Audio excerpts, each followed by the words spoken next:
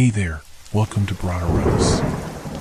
Tonight, we've got hours of chilling horror stories combined with soothing rain sounds to help you relax and sleep. Before you drift off, leave a comment below and let us know where you're listening from and what time it is. And don't forget to hit that like button and subscribe right away. If you end up not enjoying it, you can always take it back later. Get cozy and let the fear take over.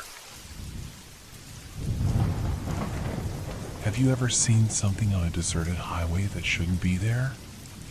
Something your mind can't quite reconcile with reality? The drive between California and Nevada was one I made dozens of times. As a traveling salesman peddling industrial equipment to factories across state lines, I found comfort in the predictable emptiness of Interstate 15.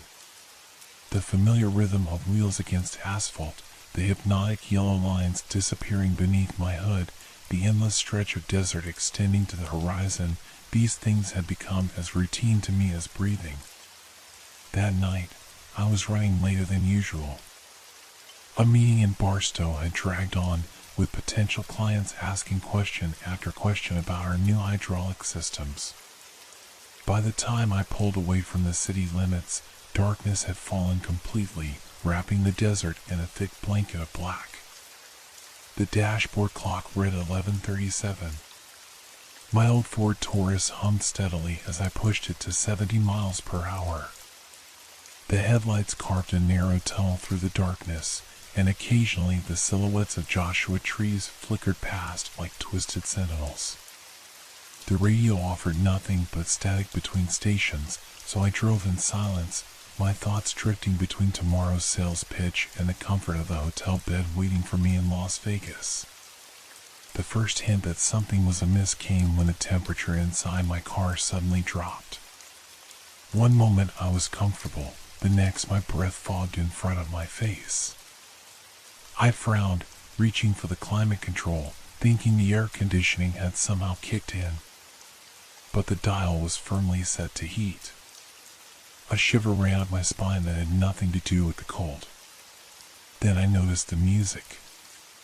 Faint at first, barely distinguishable from the wind and road noise. A single guitar, playing what sounded like an old blues melody. I checked my radio again, but it remained off. The music seemed to be coming from somewhere ahead, growing louder as I drove. What the hell? I muttered, squinting through the windshield. The road ahead appeared empty. Until it wasn't. My headlights caught him about 200 yards ahead, a figure standing at the edge of the asphalt, right where the road met the desert. A man with a guitar strapped across his chest, his fingers moving over the strings. Even from this distance, I could see he wore a tattered denim jacket, faded jeans, and boots covered in dust. His head was bowed over his instrument, long hair obscuring his face. As I drew closer, the music grew louder, drowning out the sound of my engine. It was hauntingly beautiful, a melody that spoke of loss and longing, of endless journeys with no destination. Despite the strangeness of finding a lone guitarist on this empty stretch of highway in the middle of the night, I found myself slowing down, drawn to the music like a moth to flame. When I was perhaps 50 yards away, the man lifted his head. My blood turned to ice. Where his face should have been, there was only shadow, a darkness deeper than the night around us. Yet somehow, I knew he was looking directly at me. His fingers never stopped moving across the strings, but the melody changed, becoming more urgent, more desperate. Every instinct screamed at me to accelerate, to speed past this impossible figure and never look back. But my foot felt leaden on the pedal, and the car continued to slow, as if the music itself had some gravitational pull. At 20 yards away, I could see details that made no logical sense.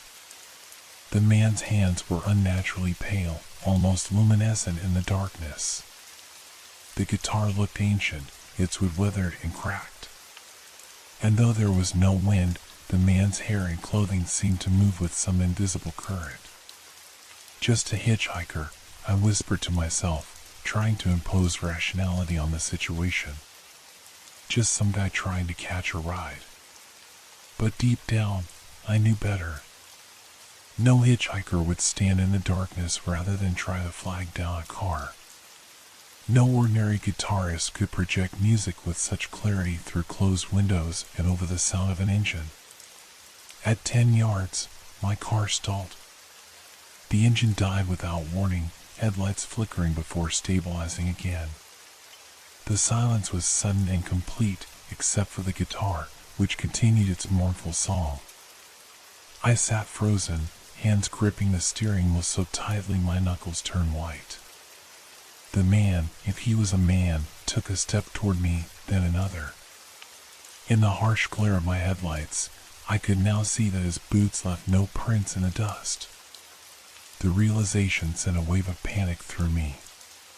My mind raced between conflicting impulses: to lock the doors, to try restarting the engine, to abandon the car entirely and run into the desert.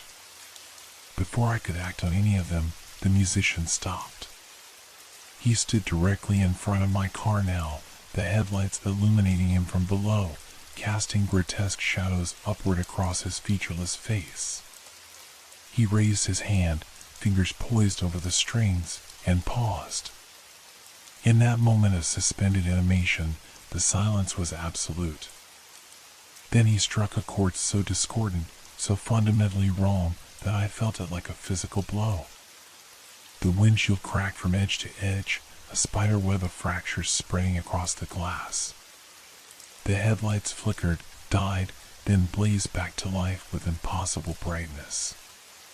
And in that flash of renewed light, I saw his face. I wished to God I hadn't.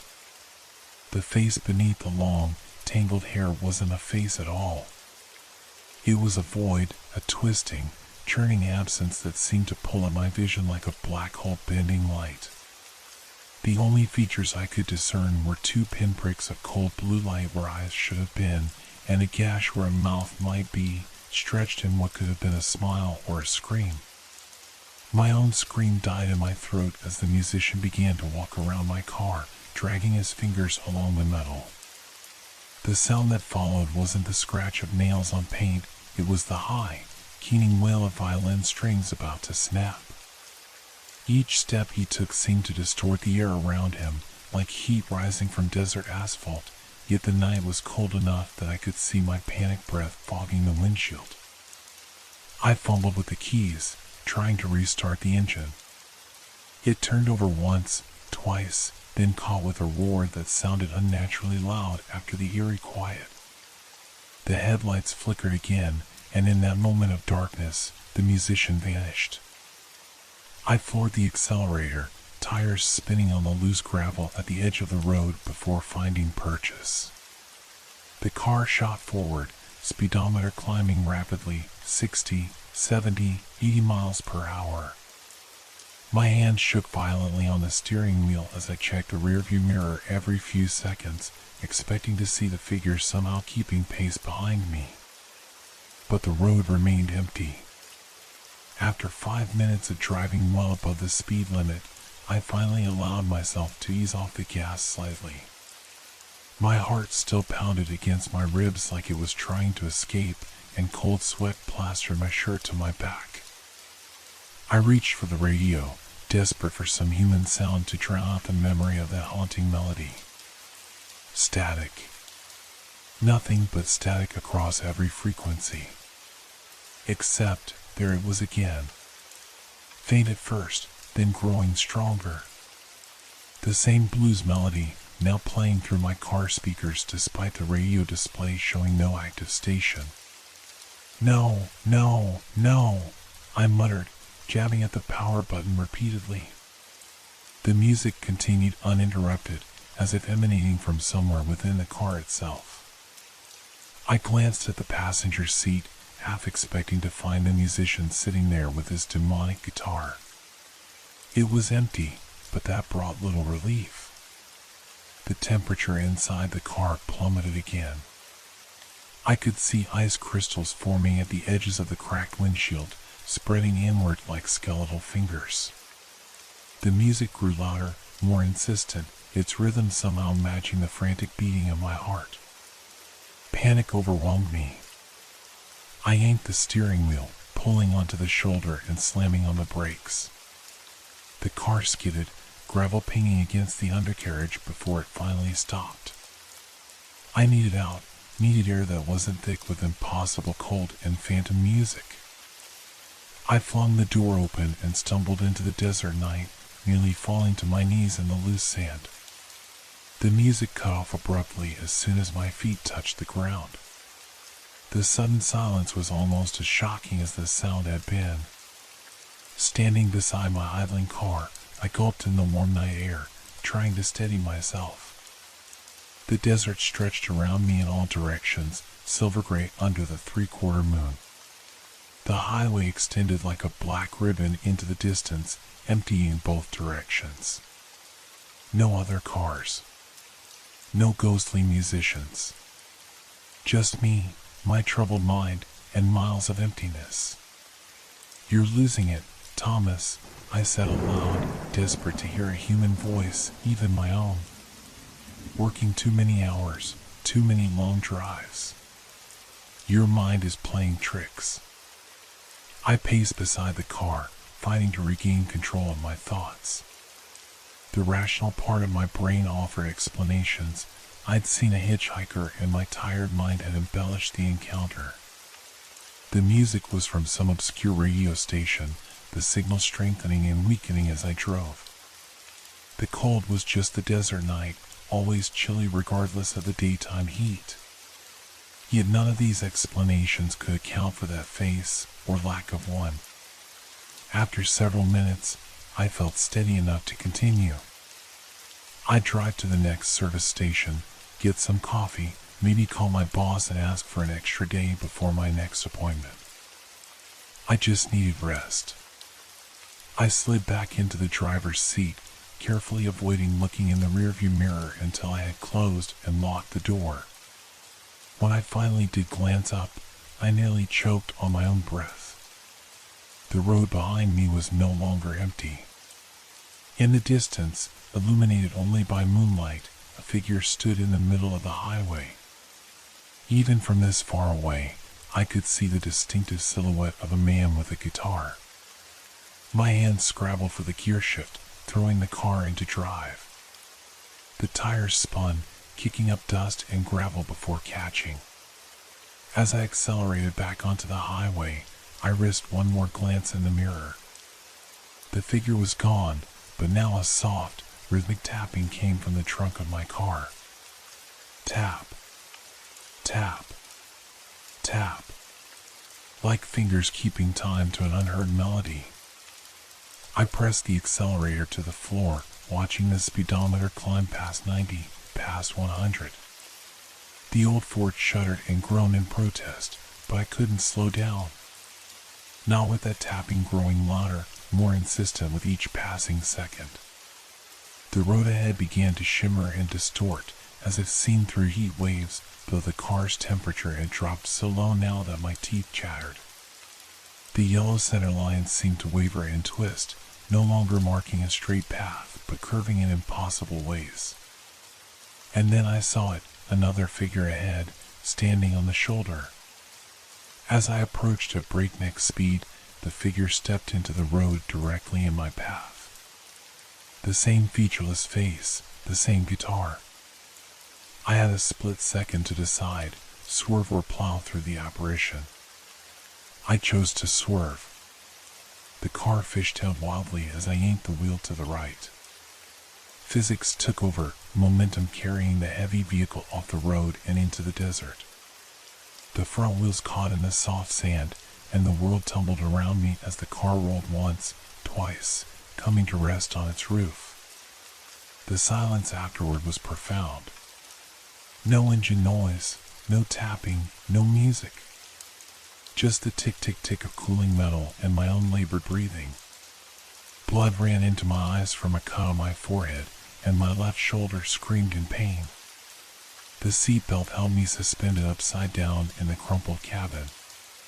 Through the shattered driver's window, I could see only sand and scrub brush illuminated by moonlight. I fumbled for the seatbelt release, wincing as I crashed awkwardly to the roof of the inverted car. Every movement sent shards of pain through my shoulder and ribs. I had to get out. Had to find help.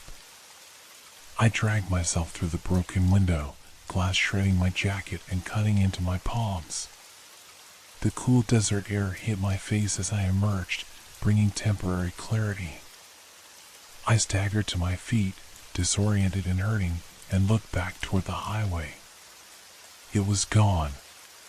Where the straight black line of Interstate 15 should have been, there was nothing but more desert stretching to the horizon. I turned in a complete circle, desperately searching for any sign of the road, any light from a distant car or building. Nothing. Just endless sand, scrub, and the massive vault of stars overhead. "This isn't happening," I whispered. "This can't be happening." From somewhere in the darkness came the sound of a guitar being tuned, strings plucked one by one, adjusting to some infernal scale. I whirled toward the sound, my injuries forgotten in a fresh surge of terror. There, sitting atop my overturned car, was the musician, cross-legged, guitar cradled in his lap. His face, that terrible absence of a face, was turned toward me expectantly. "What do you want?" I screamed, my voice cracking. "Why are you doing this?" The figure tilted its head, considering.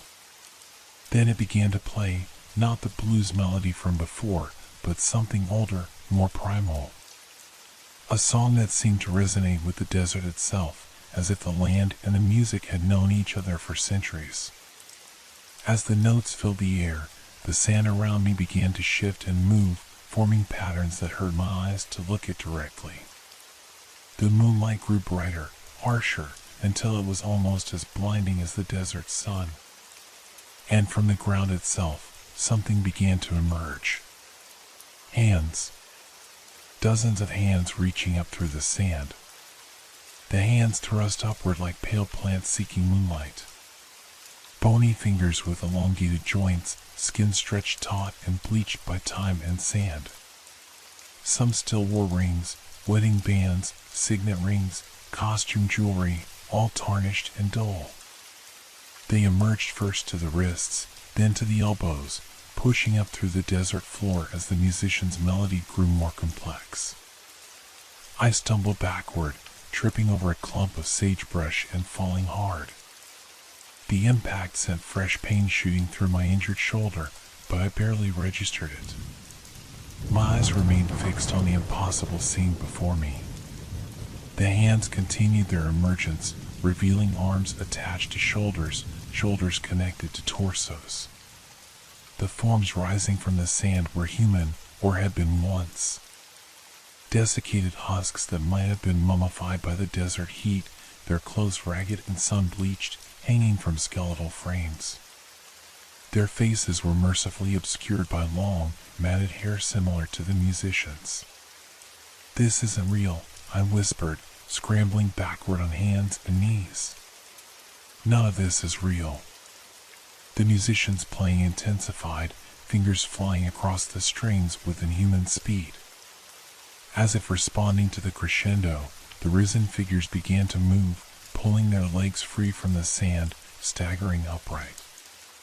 There were at least 20 of them now, standing in a loose circle around my overturned car and the entity perched atop it. Then, as one, they turned toward me. I bolted. Ignoring the pain, ignoring the rational part of my brain that insisted this was some kind of hallucination, I ran. My feet slipped and slid in the loose sand, making progress agonizingly slow. Behind me, I heard shuffling footsteps, dozens of feet moving in unison. And underneath it all, that guitar continued to play, the notes somehow staying with me no matter how far I ran. The desert offered no shelter, no place to hide. Each Joshua tree or rock formation I approached seemed to recede as I drew near, like mirages evaporating. My lungs burned, and the cut on my forehead had reopened, blood trickling into my right eye. Still I ran, changing direction randomly, hoping to throw off whatever nightmare pursued me. After what felt like hours, but could only have been minutes, my foot caught a half-buried rock, and I went down hard. The fall knocked the remaining breath from my lungs, and for a terrifying moment, I couldn't inhale.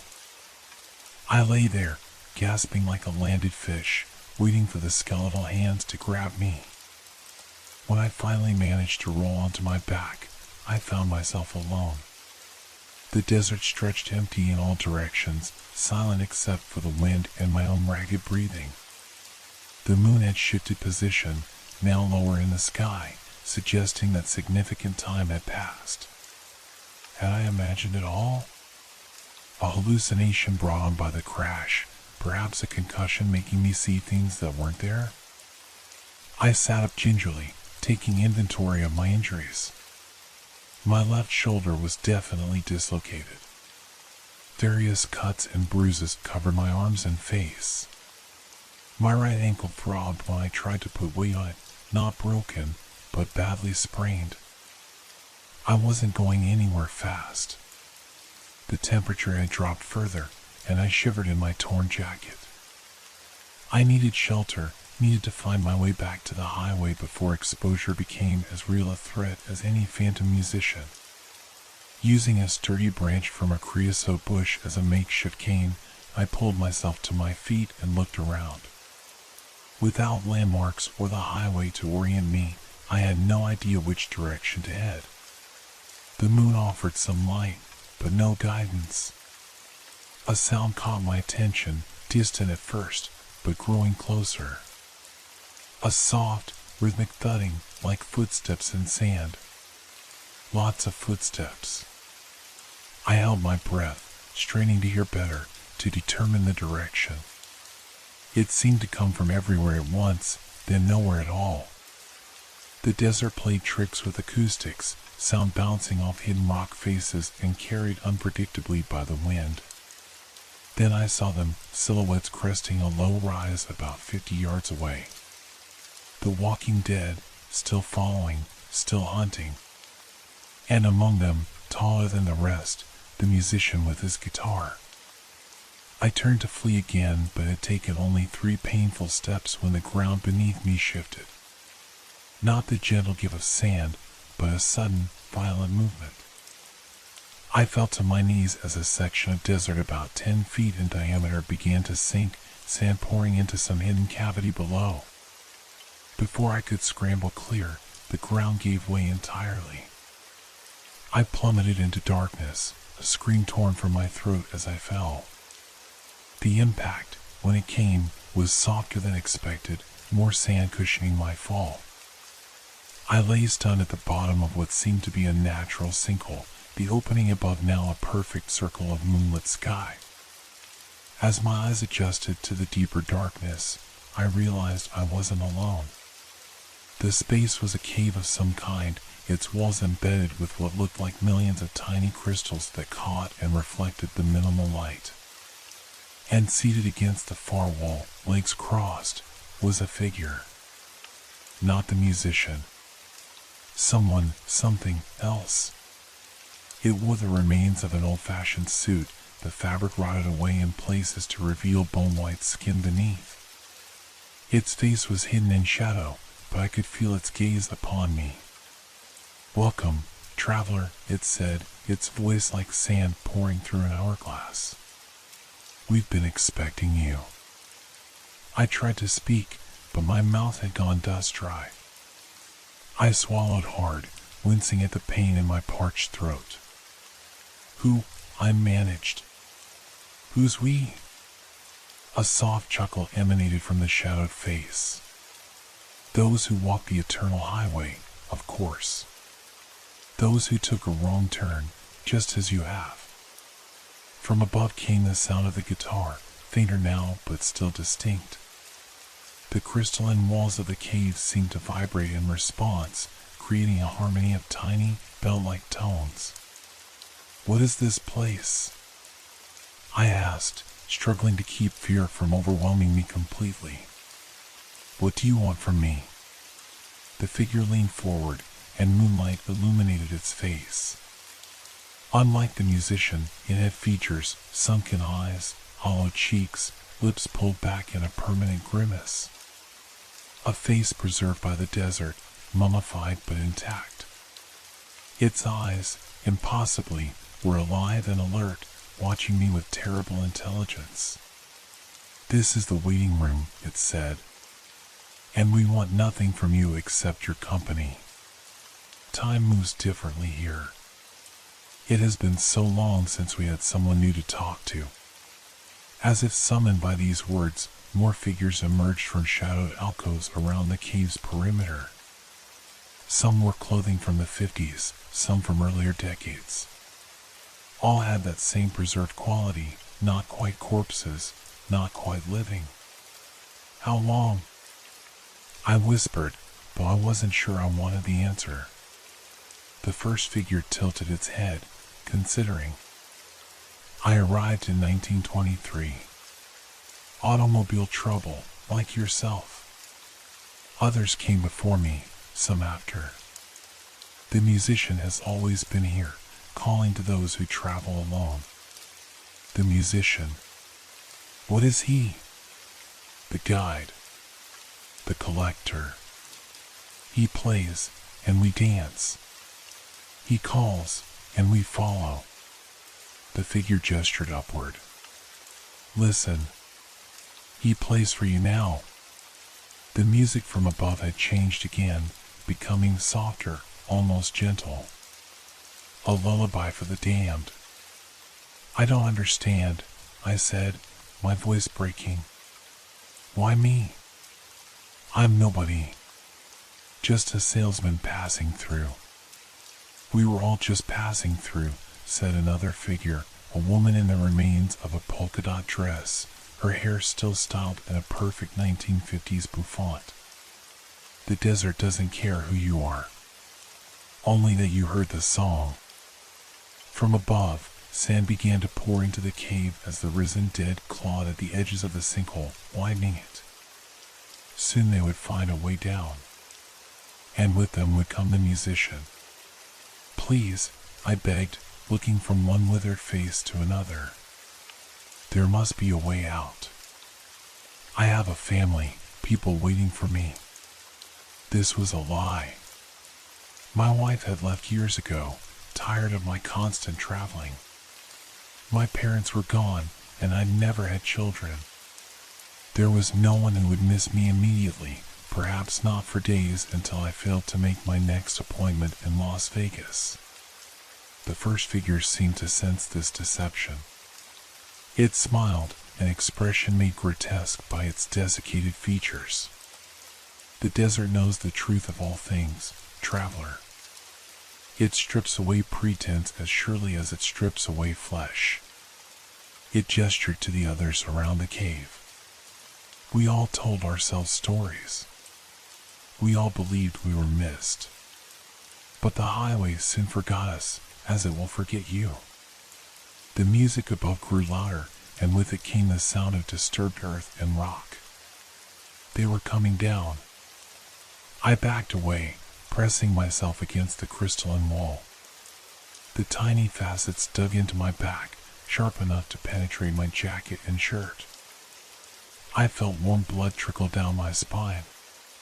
No, I said, more to myself than to them. This isn't how it ends. I refuse. Something shifted in the atmosphere of the cave. The figures exchanged glances, a ripple of unease passing through their gathering.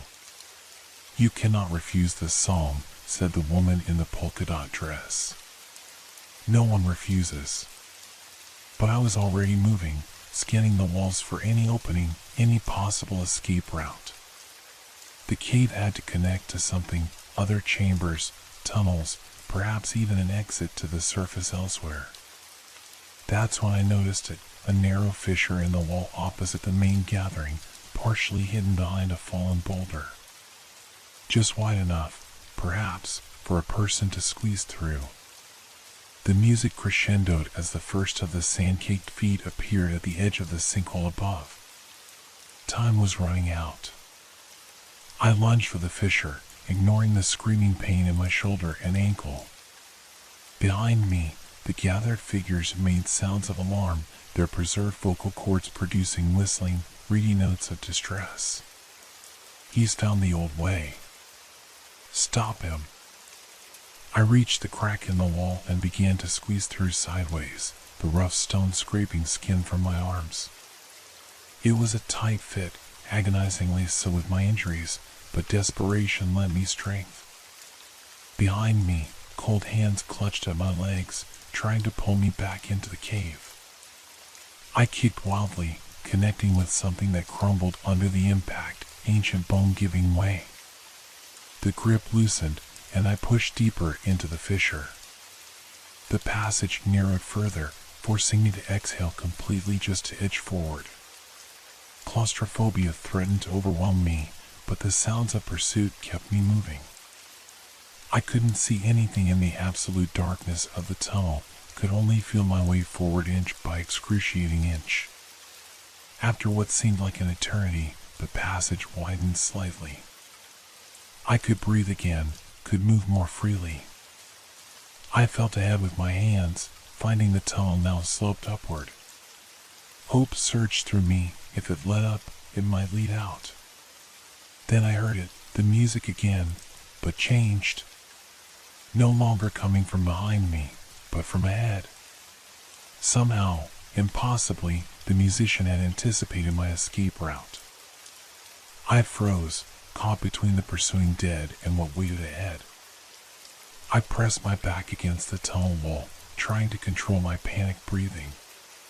Behind me came the sounds of pursuit, dry limbs scraping against stone, that whistling, reedy breathing. Ahead, the music grew louder, the notes echoing strangely in the confined space. I was trapped, caught between two nightmares with no way to wake up.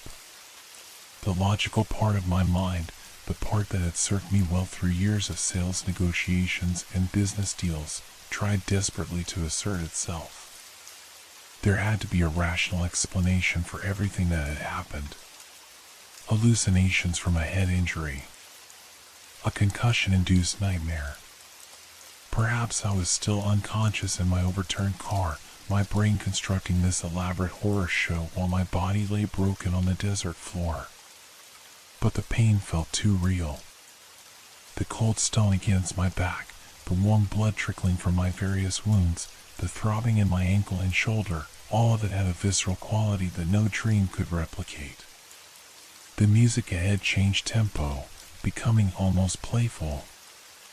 A taunt. I could imagine those fingerless hands dancing across the strings, the void face tilted in cruel amusement. Something brushed against my leg from behind, a skeletal hand reaching through the darkness. I bit back a scream and forced myself forward. Better to face the devil I'd seen than the ones clutching at me from the shadows. The tunnel continued its upward slope, widening slightly as I progressed.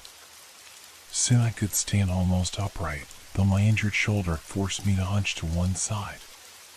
The darkness remained absolute, but the music provided a perverse form of guidance, growing louder with each step.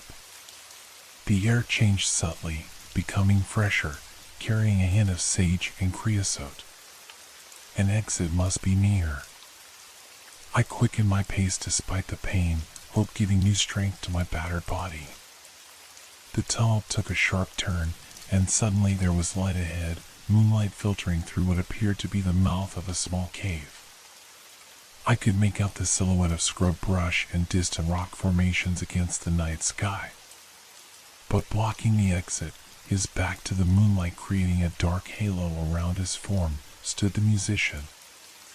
I stopped dead, swaying on my feet. The guitarist didn't move, didn't acknowledge my presence in any way. He simply continued to play that infernal melody, fingers moving with inhuman precision across the strings. Behind me, the sounds of pursuit grew closer. I was out of options, out of places to run.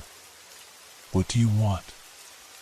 I asked, my voice hardly more than a whisper. Why are you doing this to me? The music paused. The figure tilted its head, regarding me with an eyeless gaze. When it spoke, the voice wasn't what I expected, not the dry rasp of the mummified figures, but a sound like distant thunder, like the desert itself finding voice. I am the collector of lost souls, traveler. The guardian of those who wander from their paths. I didn't wander, I protested weakly. I was on the highway, minding my own business. All who travel alone through the desert come to me eventually. Some sooner, some later.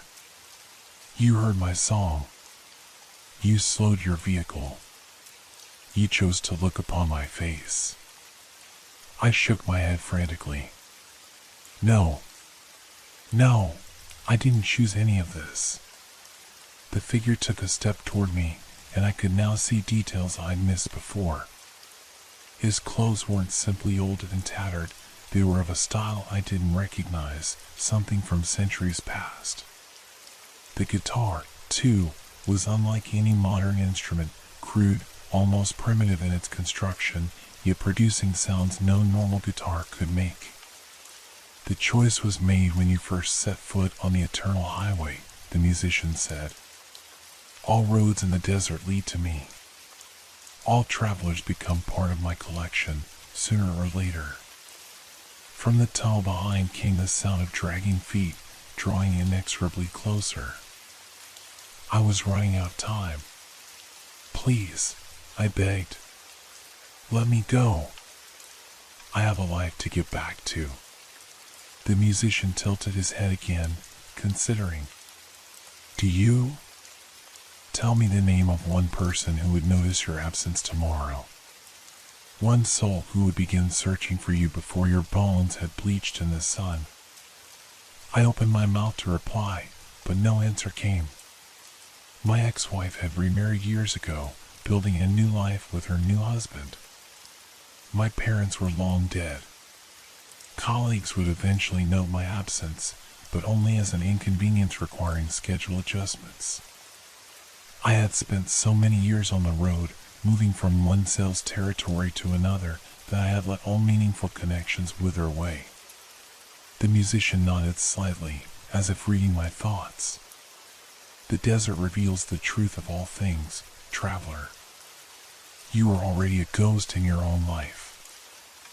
I merely offer you company in your haunting. Something in those words struck deeper than fear. A cold recognition of truth that hurt more than any physical injury. I had become a phantom long before encountering this desert specter, drifting through existence without truly connecting, present but never seen, heard but never really listened to. The realization hit me with the force of physical pain, doubling me over. Was that why I had heard the music when others passed by unaffected? Because I was already half gone from the world? No, I said, straightening. A new determination filled me, born not of hope but of defiance. You're wrong. I may have lost my way, but I'm still alive. I still have choices. The musician's fingers hovered over the strings, poised to resume playing. Then choose, traveler. Join my collection willingly, or be dragged into it by those who came before. From the tunnel behind me emerged the first of the pursuing figures, the man in the rotted suit, followed by the woman in the polka-dot dress. Their preserved faces showed no emotion as they advanced slowly, inexorably toward me. I looked back at the musician, at the moonlit desert beyond. There was no escape in either direction.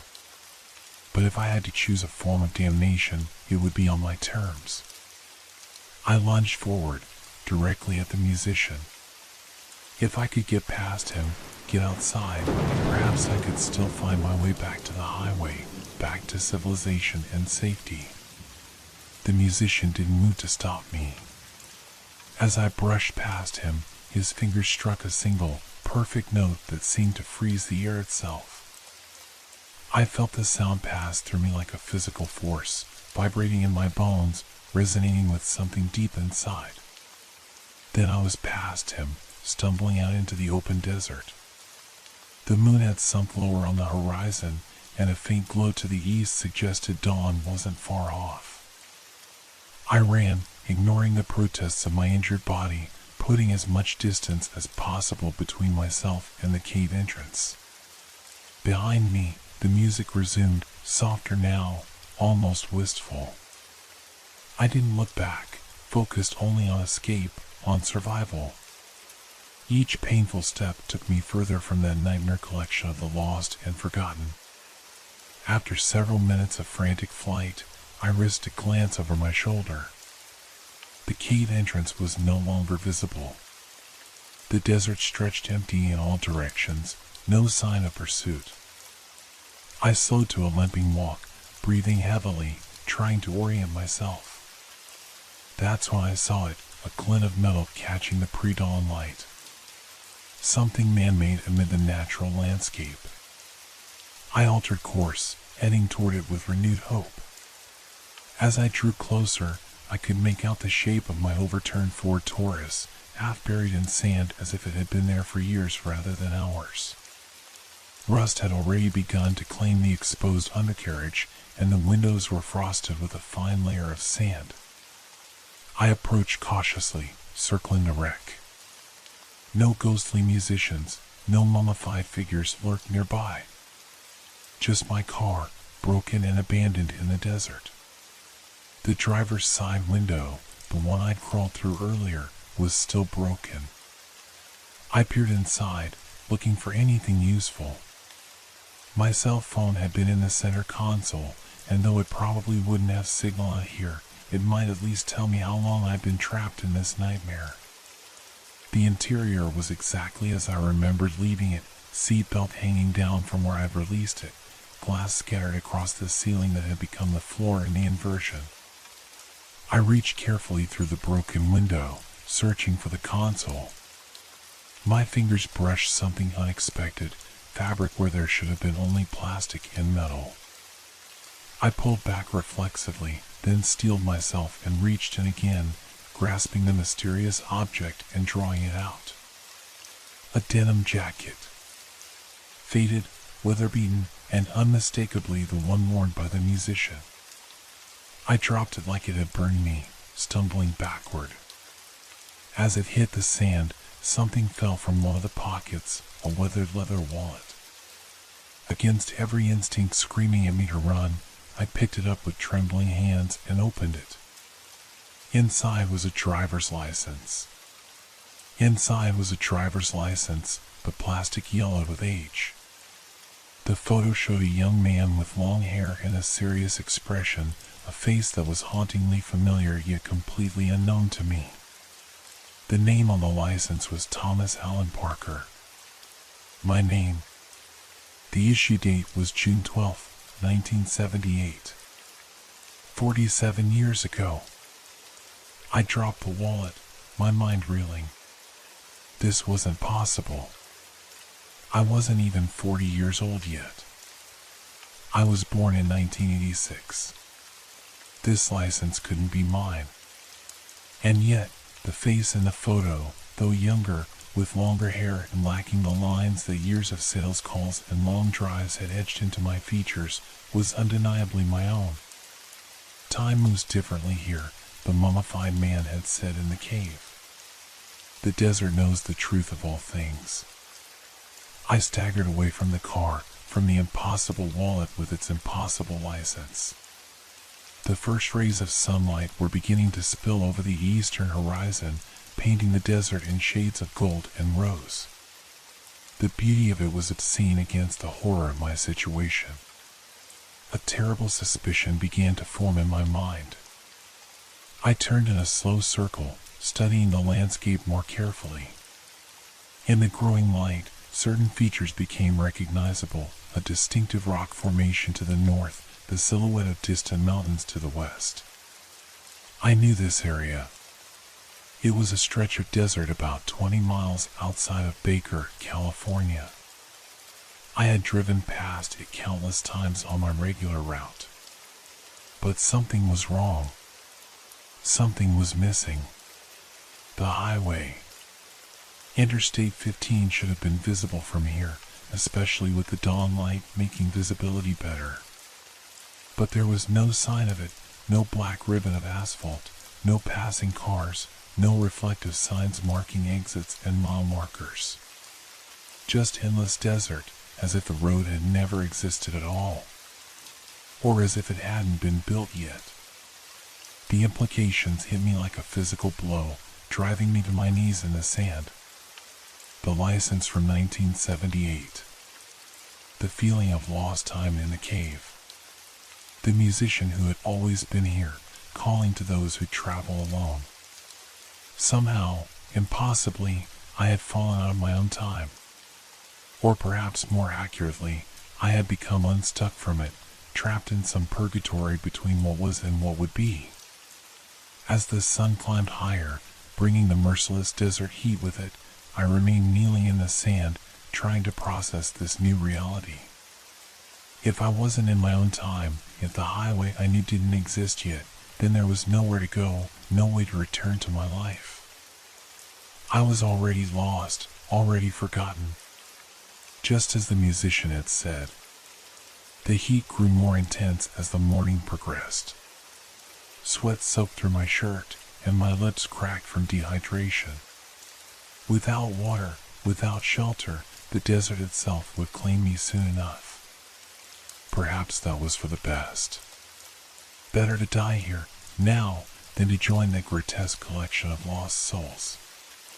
Then I heard it again, the music. Faint at first, then growing stronger. Not from any one direction, but seeming to emanate from the desert itself, rising from the sand like heat waves. I forced myself to my feet, turning slowly, searching for the source. There, atop a distant dune, stood the musician. The rising sun at his back cast his figure in silhouette, the guitar clearly visible in his hands. He began to walk toward me, each step precise and unhurried. The melody changed as he approached, becoming almost gentle, a lullaby rather than a dirge. I should have run.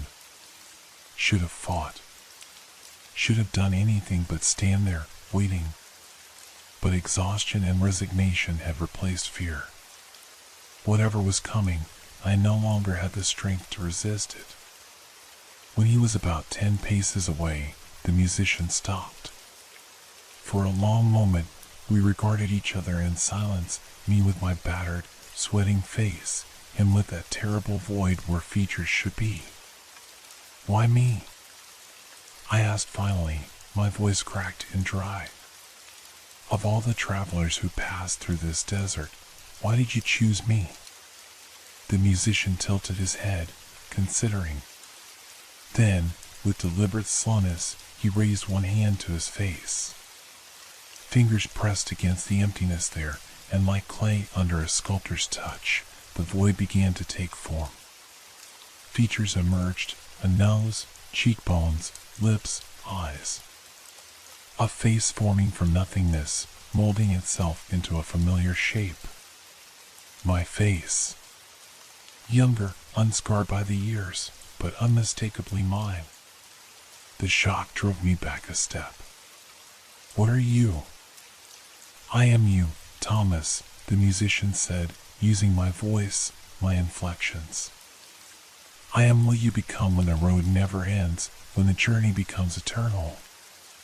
That's not possible, I whispered, though in the face of everything I'd experienced, mere impossibility seemed a weak objection. In 1978, the musician, my doppelganger, continued, a young man named Thomas Parker disappeared while driving from Los Angeles to Las Vegas. His car was found abandoned in the desert, but no trace of him was ever discovered. Some said he simply walked away from his life.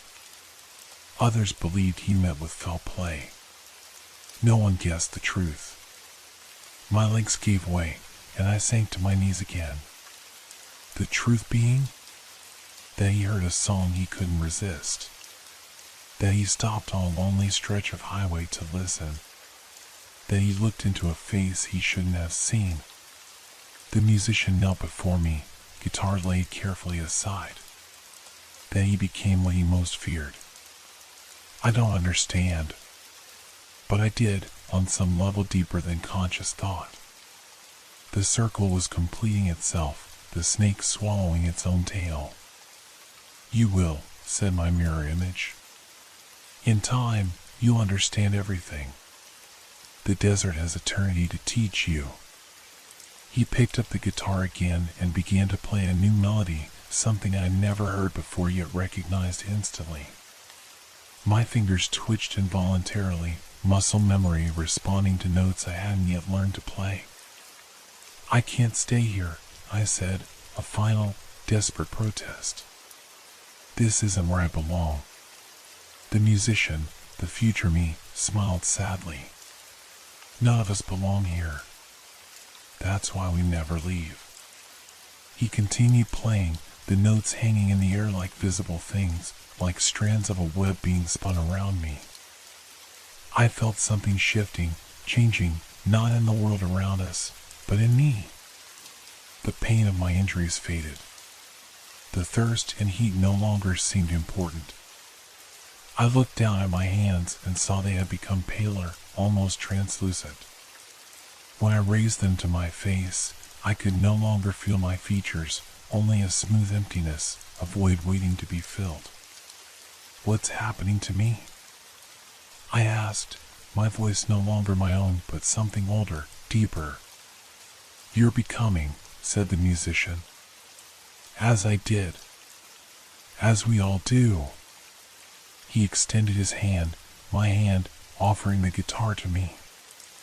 I took it without thinking, fingers automatically finding their positions on the fretboard as if I'd played for years. The song must continue, he said, rising to his feet. Others will come, as you did. Others will hear, as you heard. With those words, he began to change. The borrowed features melted away, revealing the emptiness beneath.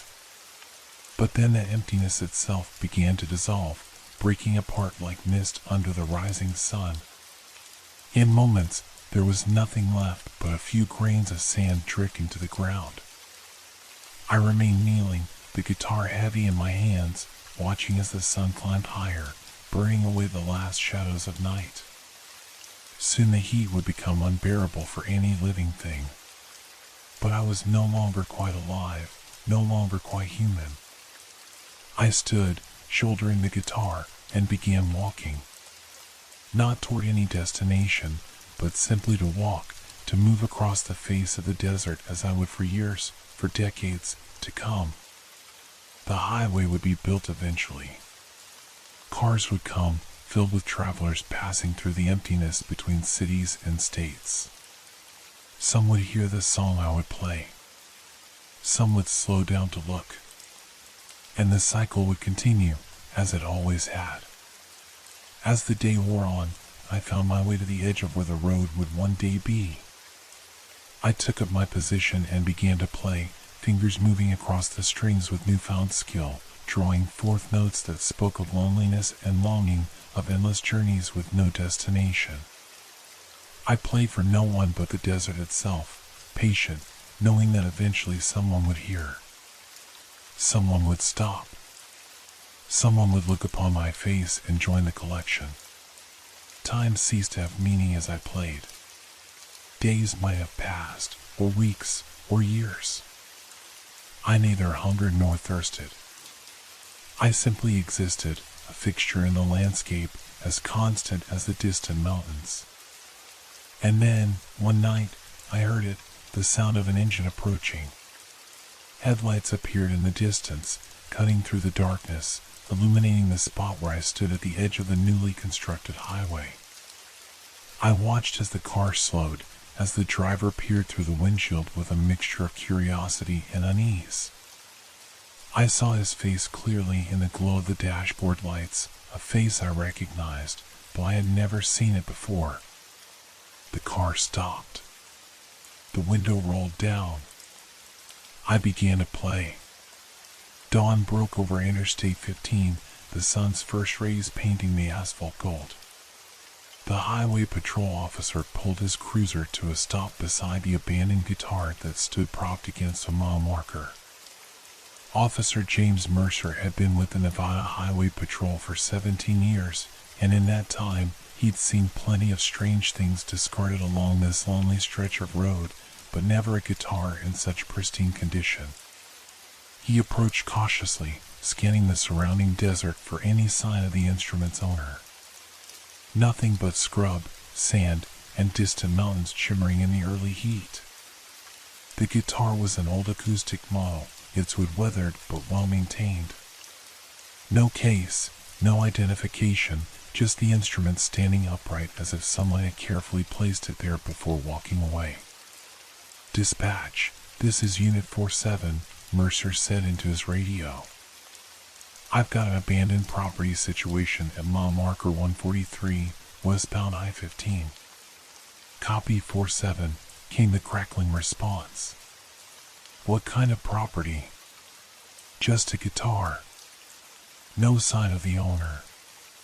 He circled the instrument, noting how out of place it looked against the stark desert backdrop. "Any reports of stranded motorists in this area overnight?" "Negative, 47. All quiet." Mercer frowned, removing his sunglasses for a better look at the instrument. Something about it made him uneasy, though he couldn't quite say why. After 23 years on these highways, he developed a sixth sense for when things weren't right. "I'm going to bring it in," he decided. Could belong to someone who got picked up by a friend after breaking down. As he reached for the guitar, a sudden chill ran through him despite the rapidly warming air. For just a moment, he thought he heard music, a soft, haunting melody that seemed to come from the instrument itself, though no one was playing it. Mercer hesitated, hand outstretched.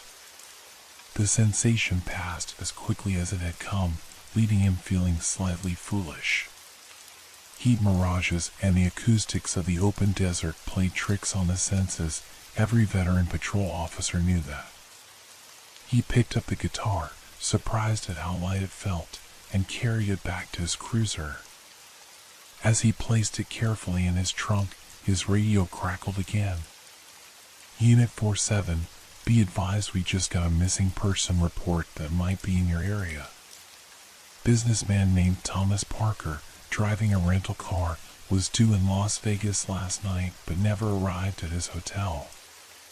Credit card was used at a gas station in Baker yesterday evening, nothing since." Mercer felt that chill again, stronger this time. Description of the vehicle? Black Toyota Camry, California rental plates. Company tracking shows an I-15 headed your way, but signal was lost approximately 20 miles from your position. Copy that. I'll keep an eye out. Mercer closed his trunk and took one last look at the empty desert before climbing back into his cruiser. As he pulled away, he couldn't shake the feeling that he was being watched. 3 hours later, the missing rental car was found abandoned at a rest stop 5 miles east of where Mercer had discovered the guitar. The keys were in the ignition, the driver's door unlocked, a half-empty coffee cup still sitting in the cup holder. Thomas Parker's luggage remained in the trunk, his cell phone on the passenger seat. Of the man himself, there was no sign. The official search lasted 2 weeks. Highway patrol officers combed the desert on foot and with helicopters. Cadaver dogs were brought in. Parker's ex-wife provided DNA samples. His dental records were obtained. News outlets carried the story for a few days before moving on to fresher tragedies. No trace of Thomas Parker was ever found. The guitar was logged into evidence, where it sat on a shelf gathering dust. No one came forward to claim it. After 6 months, it was scheduled to be destroyed as unclaimed property, standard procedure for items that couldn't be auctioned. The night before its scheduled destruction, Officer Mercer found himself returning to the evidence locker during a quiet graveyard shift. He couldn't explain the impulse that led him there, couldn't rationalize the compulsion to see the instrument one last time. He signed it out for final inspection, carrying it back to his desk in the deserted station. Under the harsh fluorescent lights, he examined it more carefully than he had on the roadside. The craftsmanship was exquisite, unlike any modern guitar he'd seen. The wood seemed to shift under his gaze, sometimes appearing almost new, other times ancient and weathered. Without conscious decision, Mercer found his fingers strumming the strings. He'd played a little in high school, nothing serious, just enough to know a few chords. But when he touched this guitar, the notes that emerged were complex and beautiful, a melody he'd never heard before yet somehow knew by heart. He played for what felt like minutes, but must have been hours, lost in the music. When he finally looked up, dawn was breaking outside the station windows. His shift was ending, and he hadn't filed a single report or responded to a single call. Strangely, neither had anyone else. The station should have been busy with the shift change, officers coming and going, reports being filed. Instead, it stood empty and silent except for the lingering notes of the guitar. Mercer rose from his desk, a new understanding settling over him like a shroud. He carried the guitar outside to the parking lot, where his patrol car waited.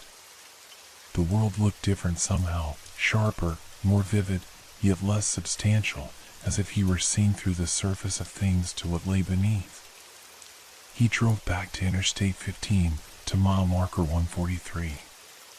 The rising sun cast long shadows across the highway as he pulled onto the shoulder and stepped out, guitar in hand. The desert welcomed him like an old friend. He took up position at the roadside, the instrument comfortable in his hands. The first vehicle approached from the east, a long pickup truck driven by a man with worry lines etched deep into his face. Mercer began to play, and the truck slowed, the driver peering through the windshield with a mixture of curiosity and unease. Mercer felt his face change as the truck came to a stop, felt features melting away into that familiar void. He understood now, understood the cycle, the eternal highway, the collection that grew with each passing year. As the driver rolled down his window, Officer James Mercer, 17-year veteran of the Nevada Highway Patrol, ceased to exist. In his place stood only the musician, playing his endless song for lonely travelers who would soon join him in the waiting room beneath the desert sands. The pickup truck pulled away after a few minutes, the driver shaking his head as if coming out of a trance. But Mercer knew the song had been heard, the seed planted. The driver would return to this stretch of highway, drawn by the music he wouldn't be able to forget. And then his collection would grow by one more. 3 months later, a different patrol officer found an abandoned pickup truck at the same rest stop where Thomas Parker's rental had been discovered. The keys were in the ignition, the driver's door unlocked, a half-empty coffee cup still sitting in the cup holder. And propped against the front bumper was a guitar, old but well-maintained, its wood seeming to shift in the desert light, sometimes appearing almost new, other times ancient and weathered. The officer approached cautiously, hand resting on her holster. As she drew near, she thought she heard music, a soft, haunting melody that seemed to come from the instrument itself, though no one was playing it. She reached for her radio, hesitated, then let her hand fall away. Instead, she bent to pick up the guitar, surprised at how light it felt, outright in her hands. The highway stretched empty before her, but somewhere in the distance, she could hear engines approaching. She took up position at the roadside and began to play. In the desert, time is meaningless. The road goes on forever, and the music never stops.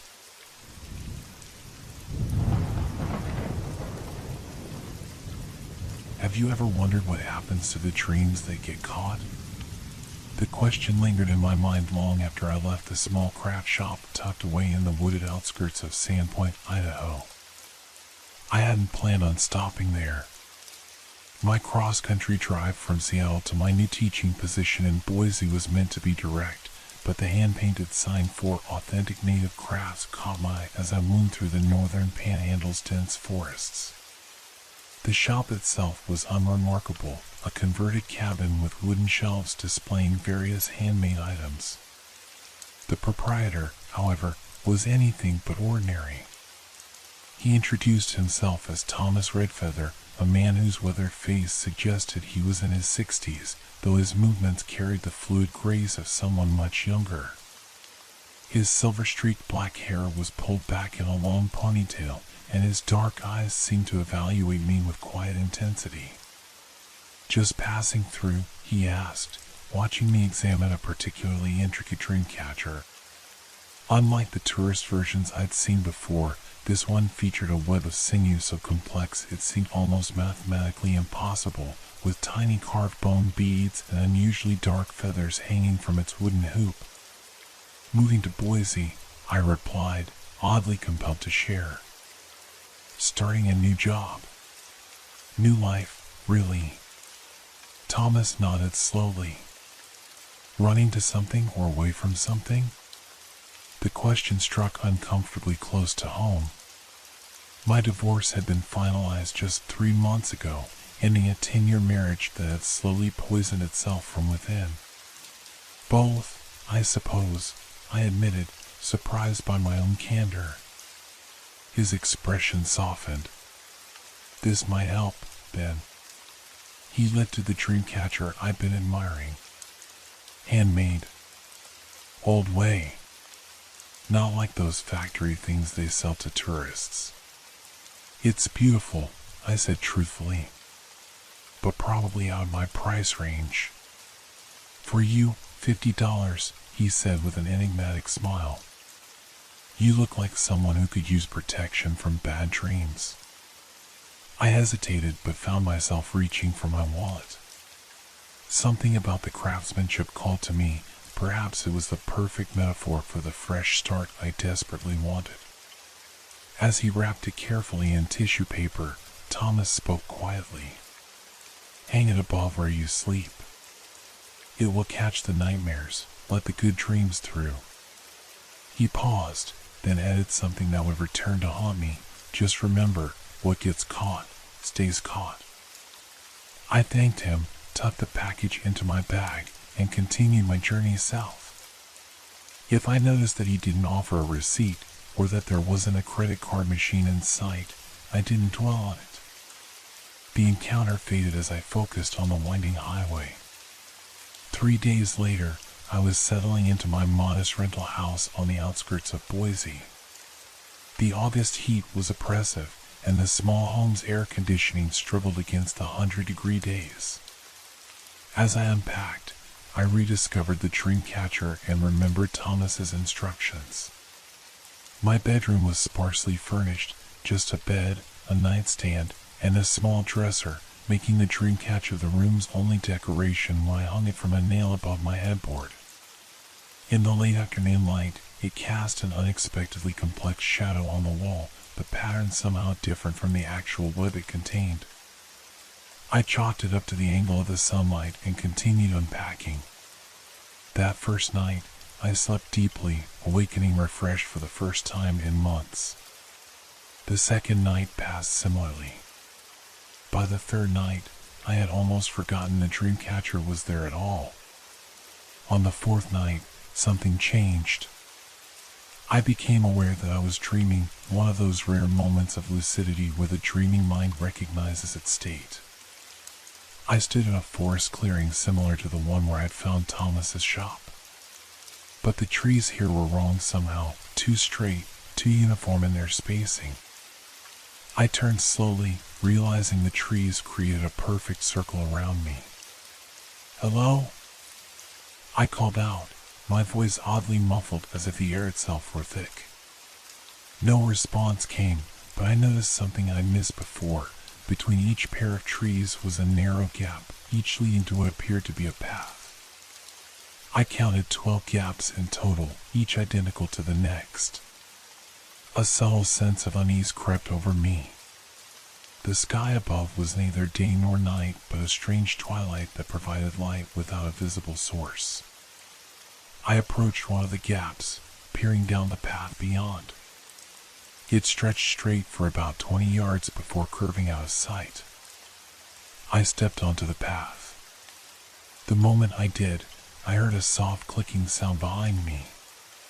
When I turned to look back, the clearing was gone.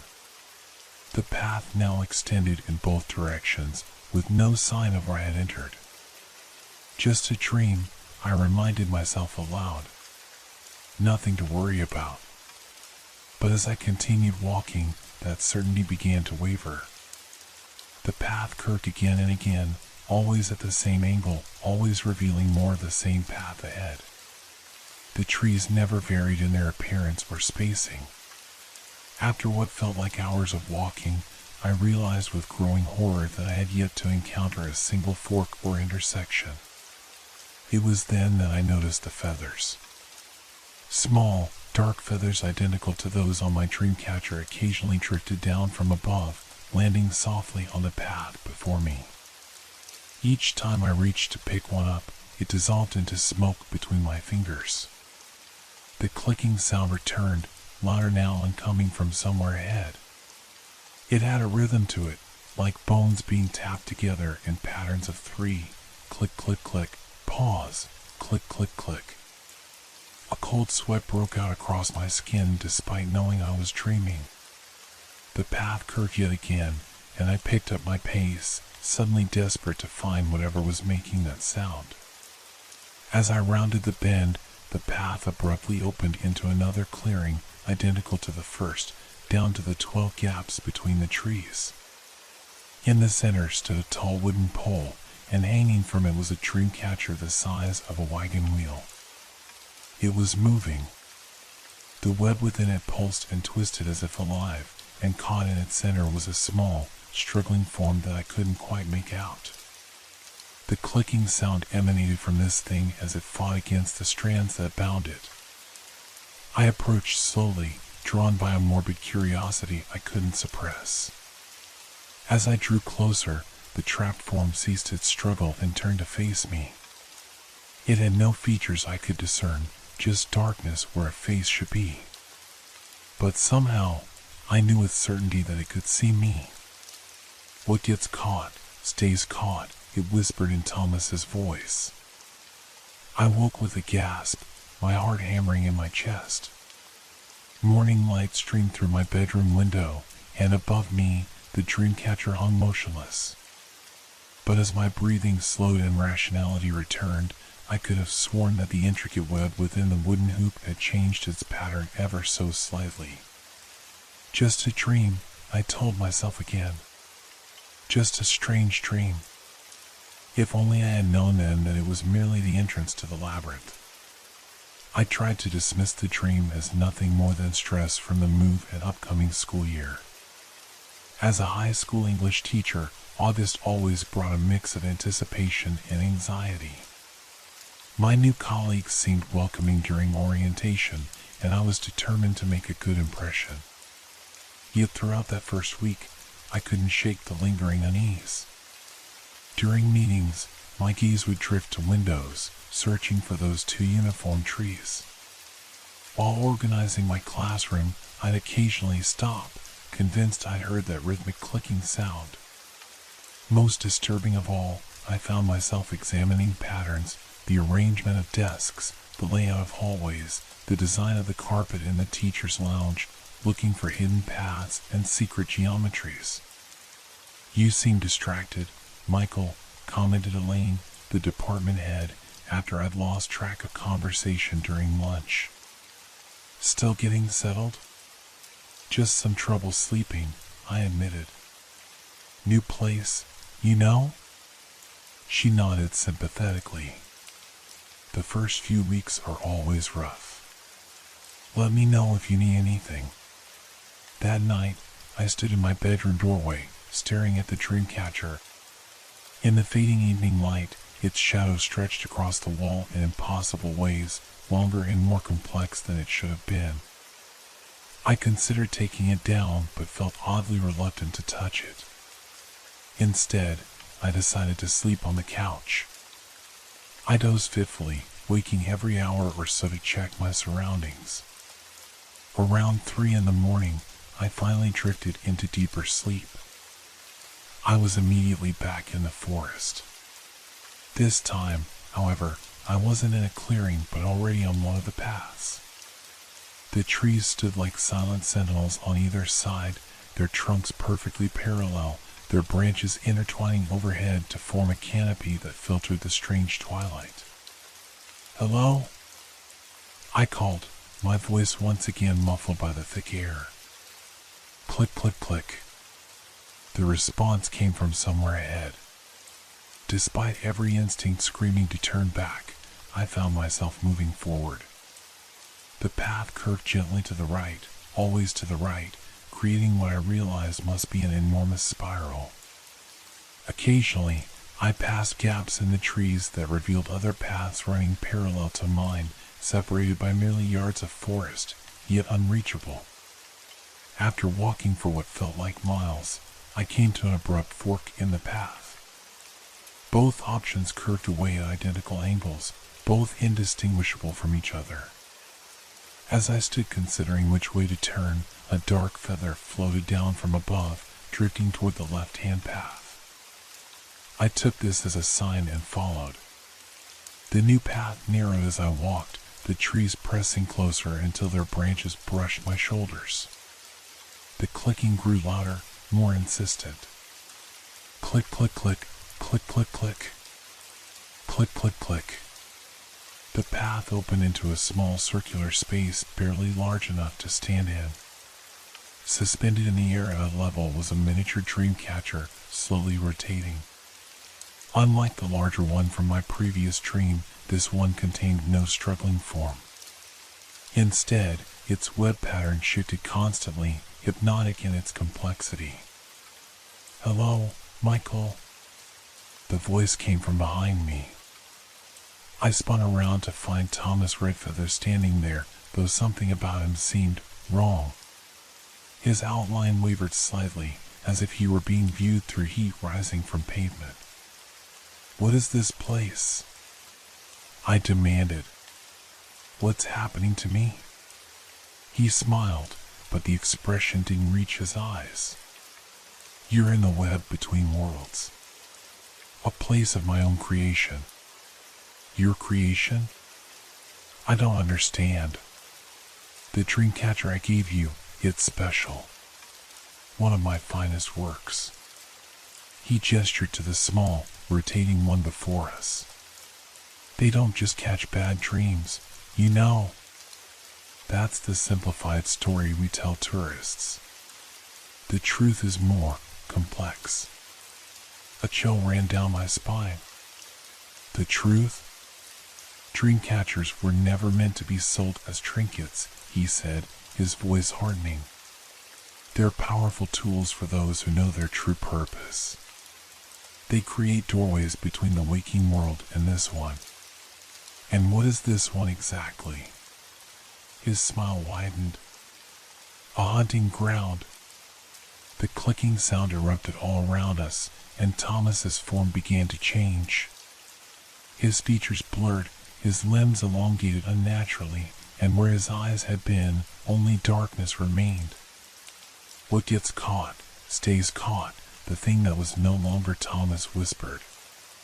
"And I've caught you, Michael." I ran. Back down the narrowing path, branches clawing at my clothes and skin. Behind me, the clicking grew louder, faster, the rhythm breaking down into a chaotic cacophony that suggested many feet in rapid pursuit. The fork appeared ahead. This time I took the right path, hoping to find a way out, a way back to the waking world.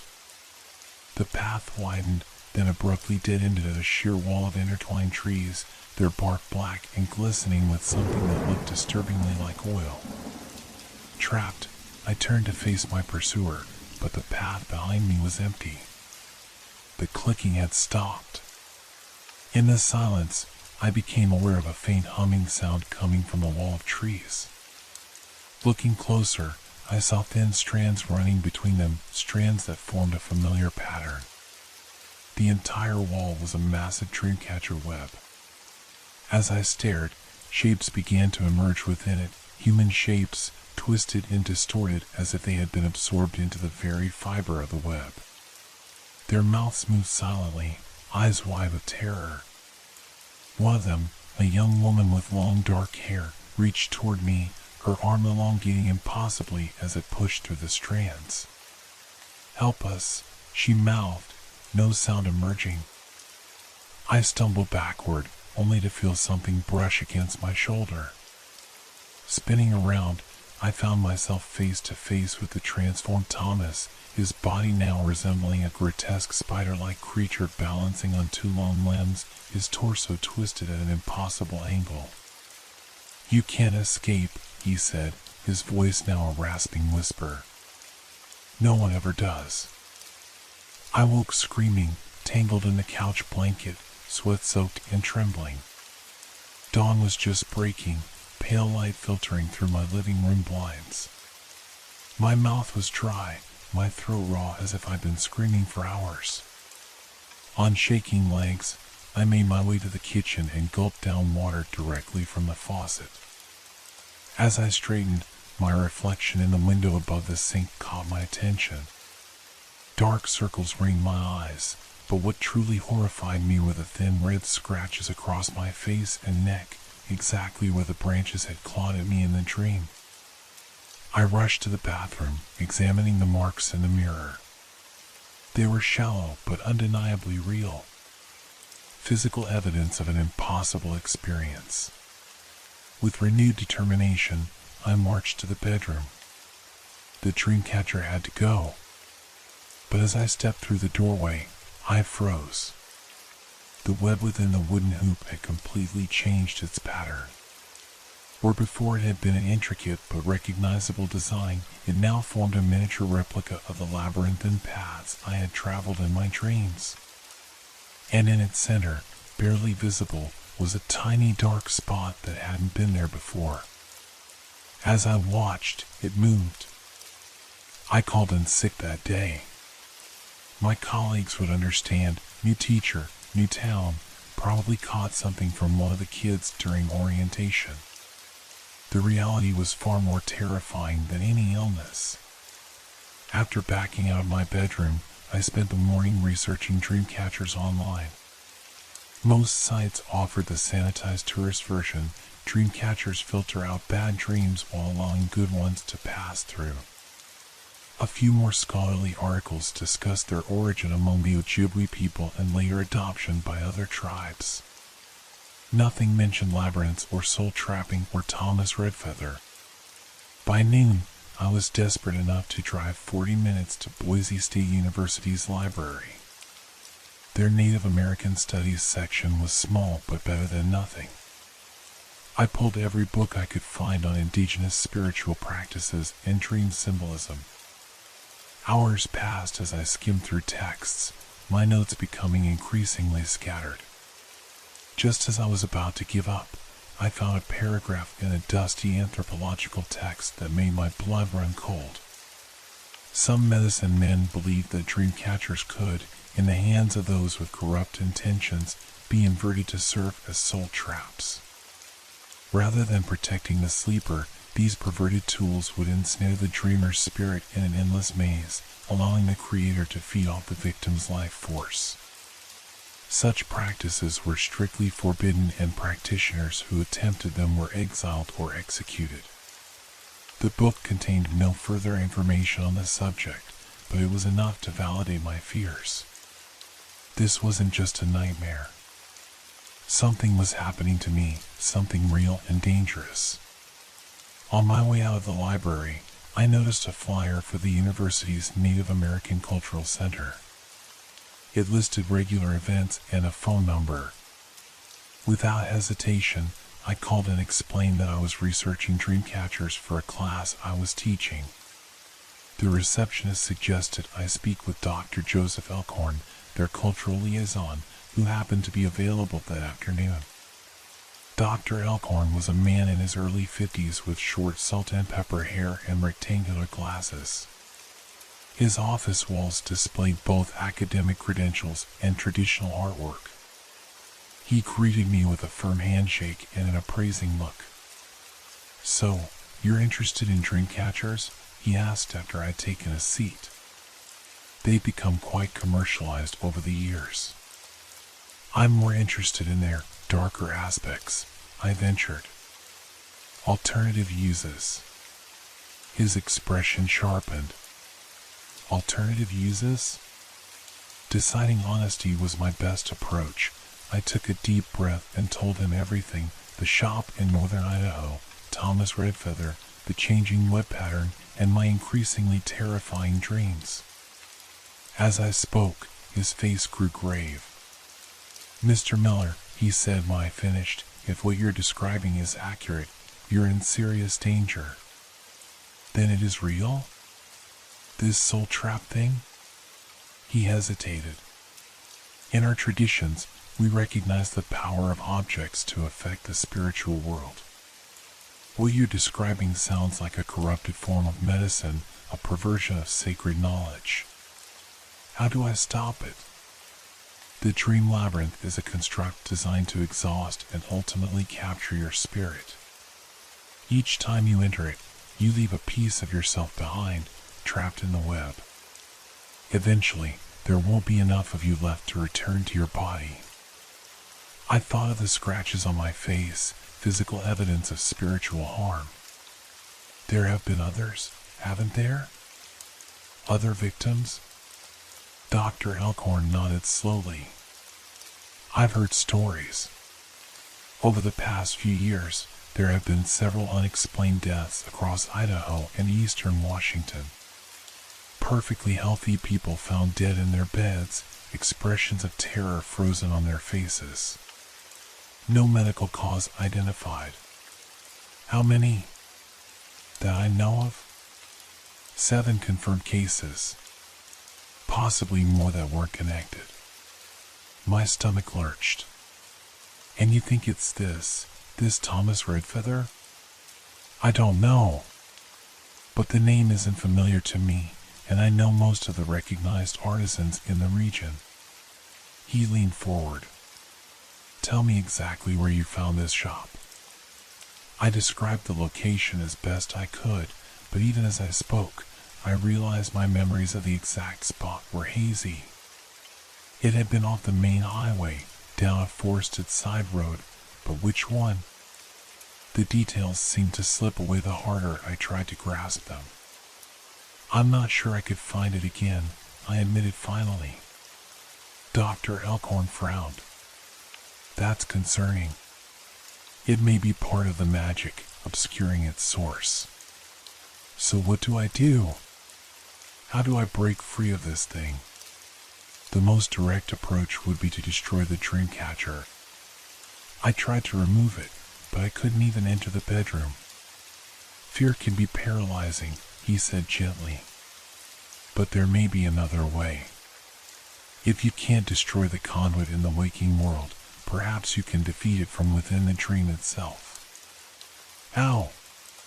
"In traditional stories, dream travelers sometimes carried special objects for protection, symbolic items that represented their connection to the waking world. Something personal, something that defines you." I thought about what might anchor me to reality. "Like what?" "That's something only you can determine. But choose carefully.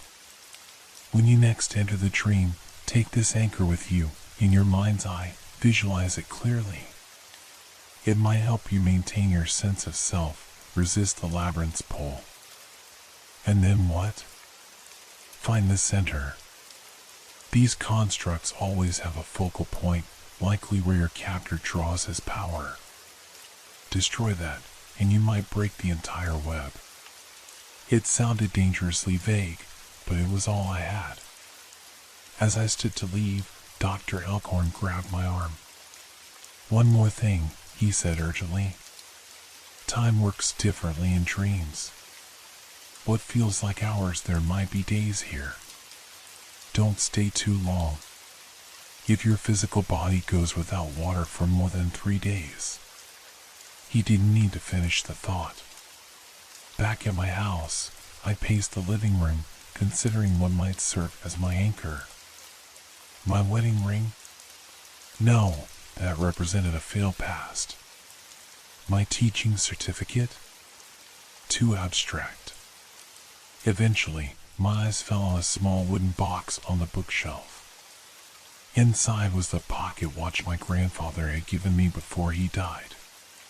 It had been his father's before him, a family heirloom passed down through generations. Perfect.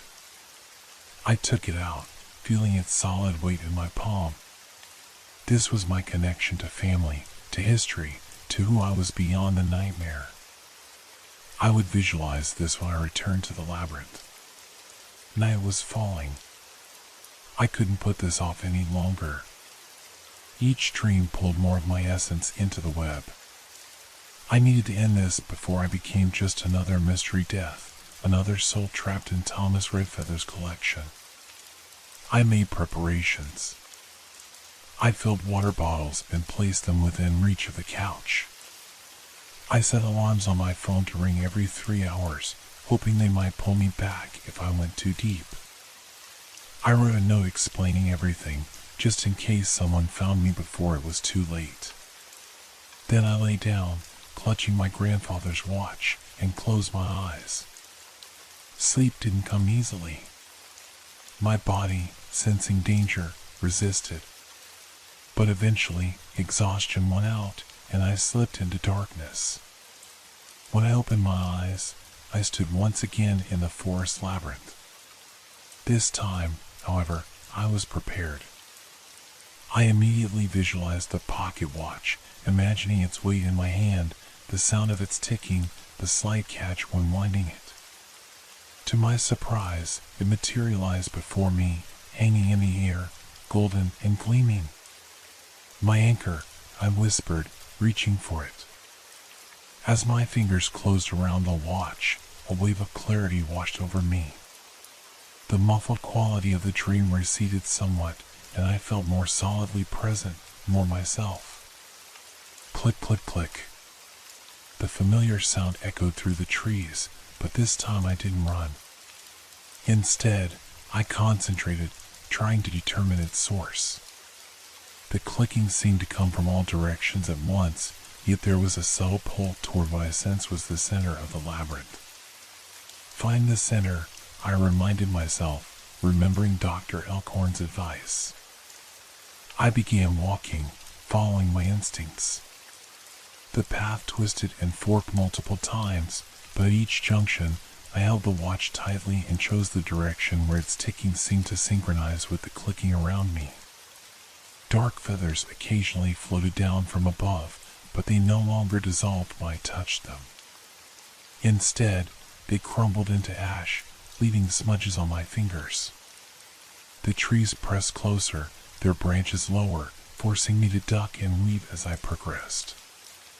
After what felt like hours of walking, I emerged into a vast circular clearing unlike any I'd encountered before. In its center stood an enormous tree, its trunk thicker than a car, its branches reaching up beyond sight. Hanging from every branch, swaying slightly though there was no wind, were hundreds of dream catchers of various sizes.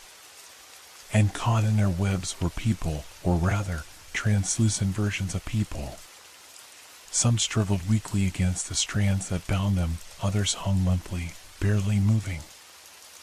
I recognized the woman with long dark hair from my previous dream.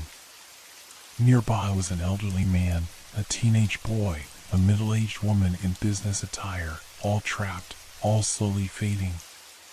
At the base of the tree sat Thomas Redfeather, cross-legged, eyes closed in meditation. His body pulsed with a sickly green light that connected via thin tendrils to each of the dream catchers above. He was feeding off them. Off us. I squeezed the pocket watch, drawing strength from its familiar contours. As I did, Thomas's eyes snapped open. They were entirely black now, reflecting nothing. "You're earlier than expected," he said, his voice somehow coming from all around me rather than from his body. "Most don't find the center until they're too weak to do anything about it." "Let these people go," I demanded, trying to keep my voice steady. He laughed, the sound rippling through the clearing like thunder. "They're mine now, just as you will be." He rose fluidly to his feet, his form shifting again into the spider-like creature I'd seen before. But now, in the clear light of the clearing, I could see he wasn't a spider at all. His body had taken on aspects of a dream catcher itself, limbs extending like spokes from a central mass, strands of sinew stretching between them to form a web-like pattern.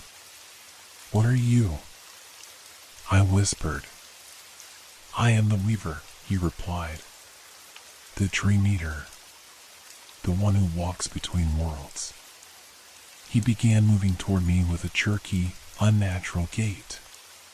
With each step, the clicking sound grew louder, emanating from the bones that clicked together within his twisted form.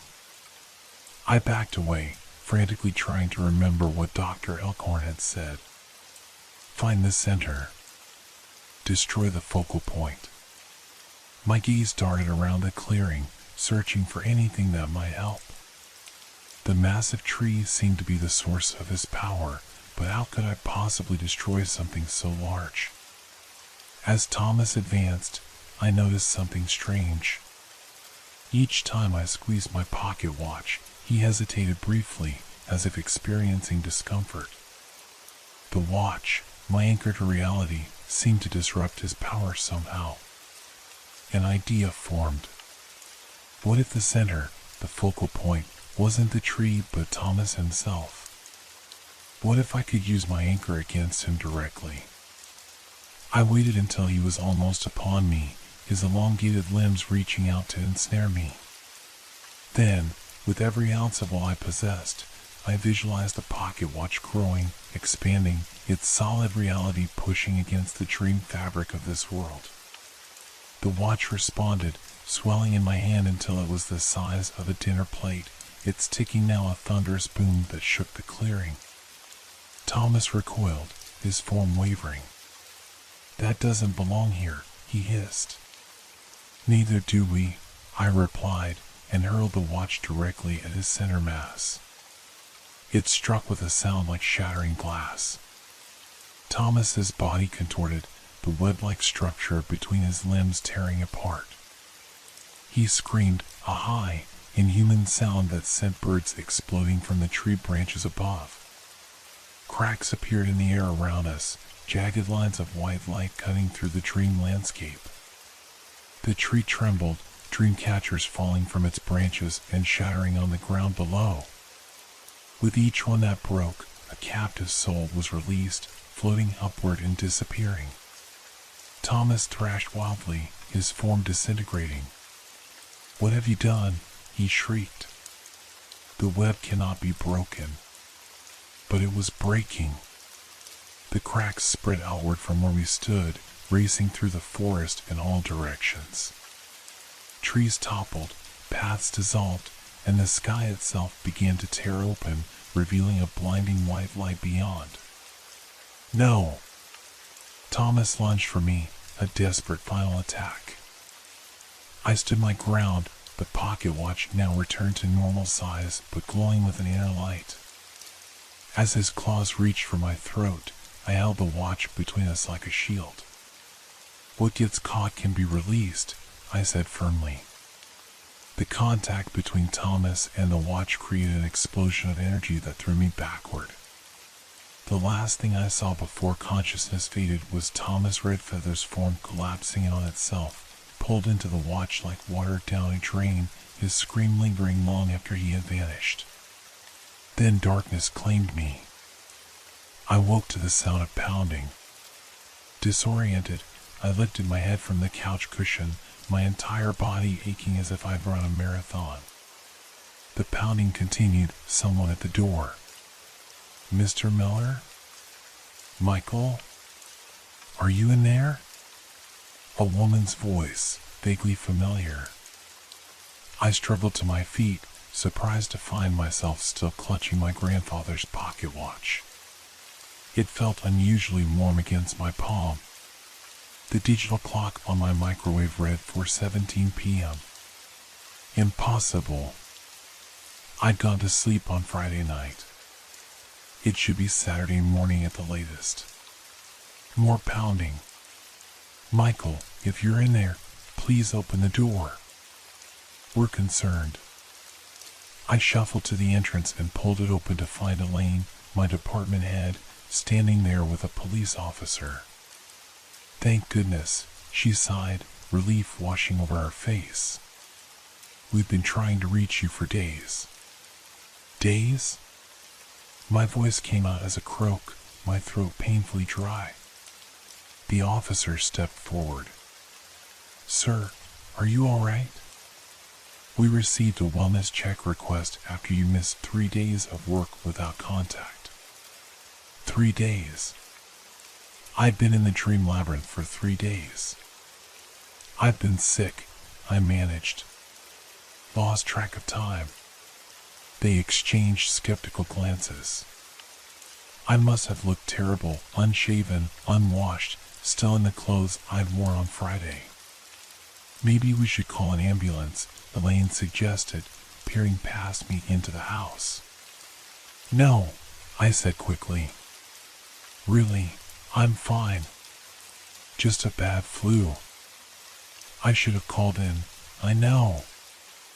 I'm sorry for worrying everyone. After some additional questioning and my repeated assurances that I was okay, they reluctantly left. Elaine made me promise to call her later and let her know if I needed anything. The officer recommended I see a doctor.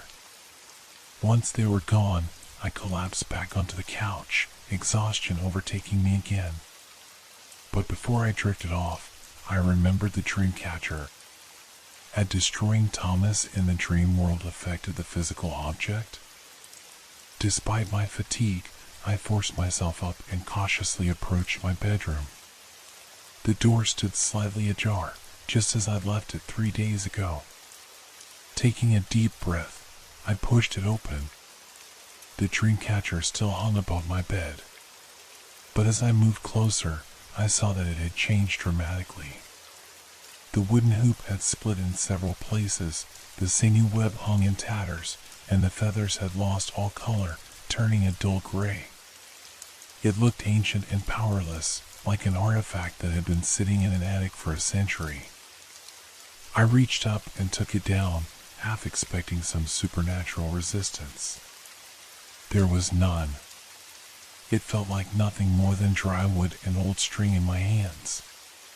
On impulse, I took it to the kitchen sink and set it on fire with a lighter. It caught quickly, the old materials eager for flame. As it burned, I thought I heard a faint, distant clicking sound, but it faded to nothing as the dream catcher turned to ash. Over the next few days, I recovered my strength and returned to work, explaining my absence as a severe case of flu. My colleagues were understanding, if a bit concerned about my still haggard appearance. The nightmares stopped. I slept in my bed again, dreamless and peaceful nights that left me increasingly refreshed. The scratches on my face and neck healed, leaving no scars. By all appearances, my ordeal was over. Except for one thing, my grandfather's pocket watch. It no longer worked. The hands remained frozen at 3:47, the exact time I'd thrown it at Thomas in the dream world. No amount of winding would start it again. The watch repairer in town examined it and shrugged, saying the internal mechanism had fused together in a way he'd never seen before, as if it had been subjected to extreme heat. I kept it anyway, a reminder of what had happened and what had nearly happened. 2 weeks after my recovery, I found myself driving north on a weekend, following an inexplicable urge to confirm that Thomas Redfeather's shop really existed. I retraced my route from Seattle, watching carefully for the turnoff I'd taken that fateful day. After several hours of searching, I found a dirt road that seemed familiar. I followed it deep into the forest until it opened into a small clearing. There was indeed a cabin there, but it was clearly abandoned. The roof had partially collapsed, and vegetation grew through the warped floorboards of what had once been a porch. It looked as if no one had lived there for decades. Cautiously, I approached and peered through a broken window. The interior was empty except for rotting shelves and a thick layer of dust. No sign that anyone named Thomas Redfeather had ever sold dream catchers here. As I turned to leave, something caught my eye, a faded sign lying face down in the weeds. I flipped it over to reveal hand-painted letters, authentic native crafts. So it hadn't been a hallucination. The shop had existed, once. I was about to toss the sign aside when I noticed something on its back, a list of names and dates written in faded ink. 7 names, the last from about 6 months before I'd arrived in Idaho. These must have been Thomas's previous victims, the unexplained deaths Dr. Elkhorn had mentioned. Below the last name was an 8th entry, incomplete, Michael Miller, August, with no end date recorded. I dropped the sign as if it had burned me. He had planned for me to be the 8th. Had known my name before I'd even introduced myself. That night, in a motel room in Coeur d'Alene, I dreamed for the first time since destroying the dream catcher. I found myself standing in a featureless white space, empty in all directions. "Hello, Michael." I turned to find the young woman with long dark hair from the dream labyrinth. Up close, she appeared to be in her 20s, with kind eyes and a hesitant smile. "I'm Rebecca," she said. "I wanted to thank you for freeing us." "Us?" The others caught in the web. "When you destroyed the Weaver, you released us all." I remembered the souls floating upward as the dream catcher shattered. "So you're not dead?" Her smile faltered. "Our bodies died long ago, but our spirits were trapped. Now we can move on to whatever comes next." "What about Thomas? Is he gone for good?" Rebecca's expression darkened. "The Weaver isn't human, Michael.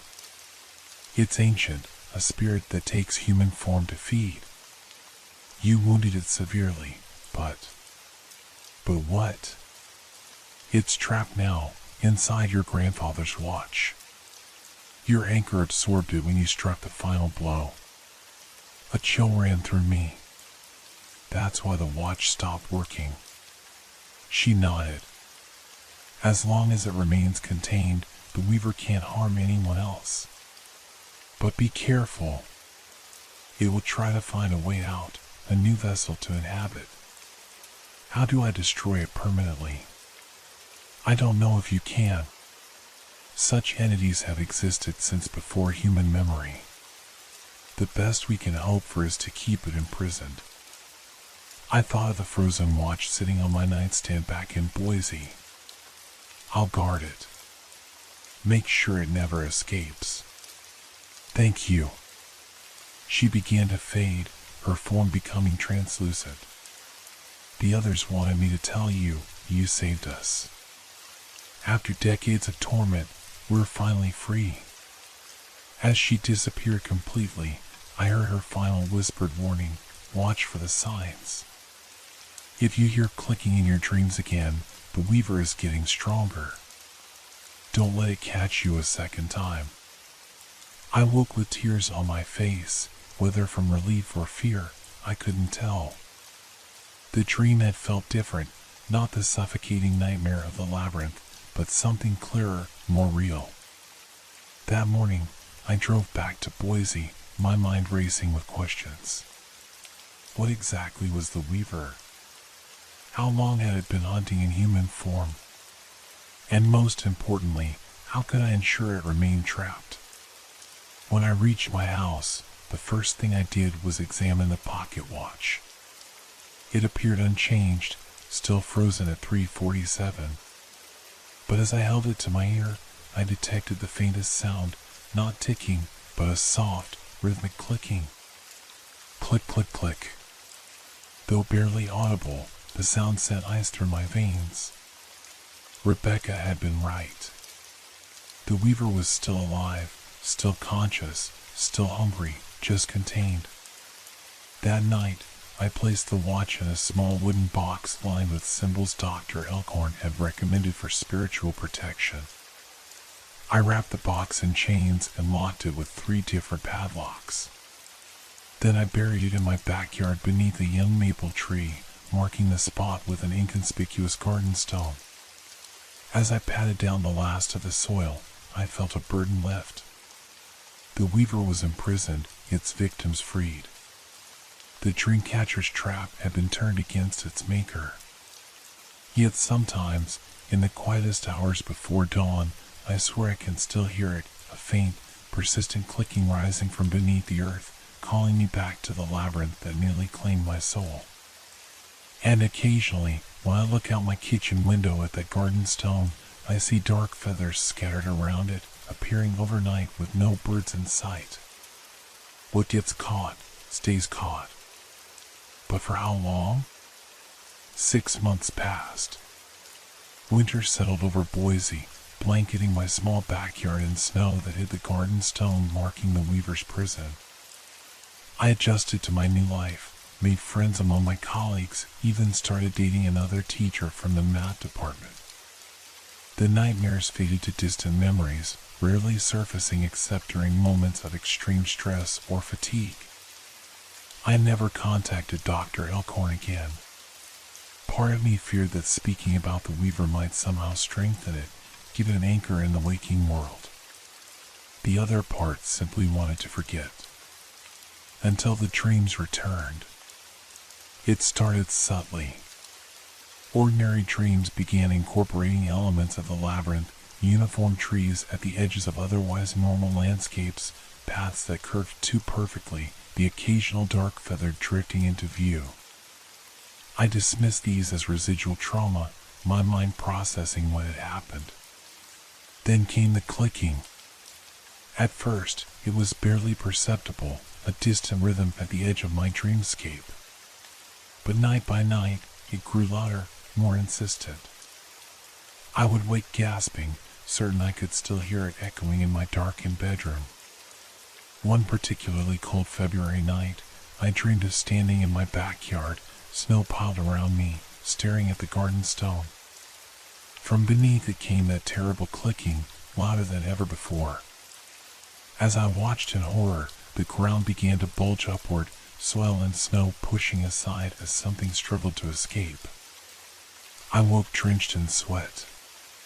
Without turning on the lights, I moved to the window and looked out at the yard. The full moon illuminated the snow-covered landscape, pristine and undisturbed, except for the area around the garden stone. There, the snow had been cleared away in a perfect circle, exposing the frozen earth beneath. I didn't go outside to investigate. I couldn't bring myself to approach that spot. Instead, I called in sick the next day and drove to the university to find Dr. Elkhorn.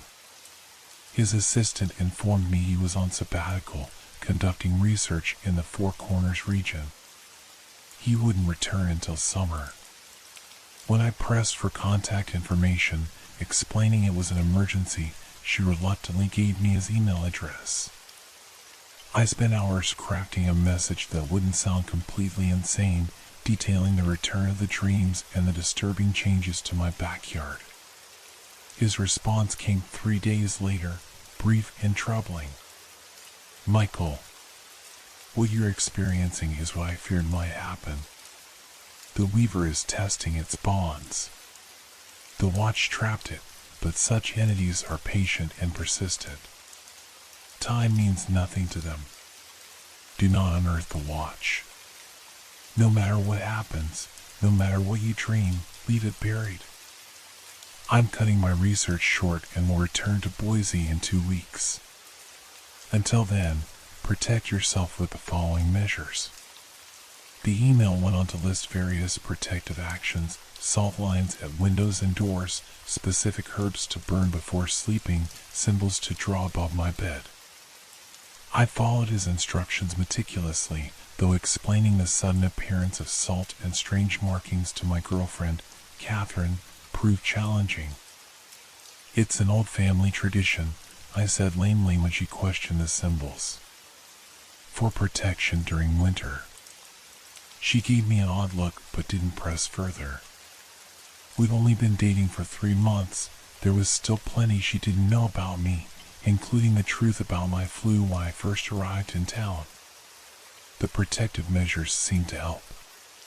The dreams receded, the clicking faded, and I began to sleep more soundly. By the time Dr. Elkhorn was due to return, I had almost convinced myself the worst was over. Then Catherine disappeared. We had plans for dinner on Friday evening.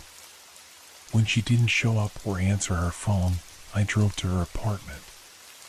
Her car was in its usual spot, but she didn't answer her door. After 30 minutes of increasingly panicked knocking, I called the police.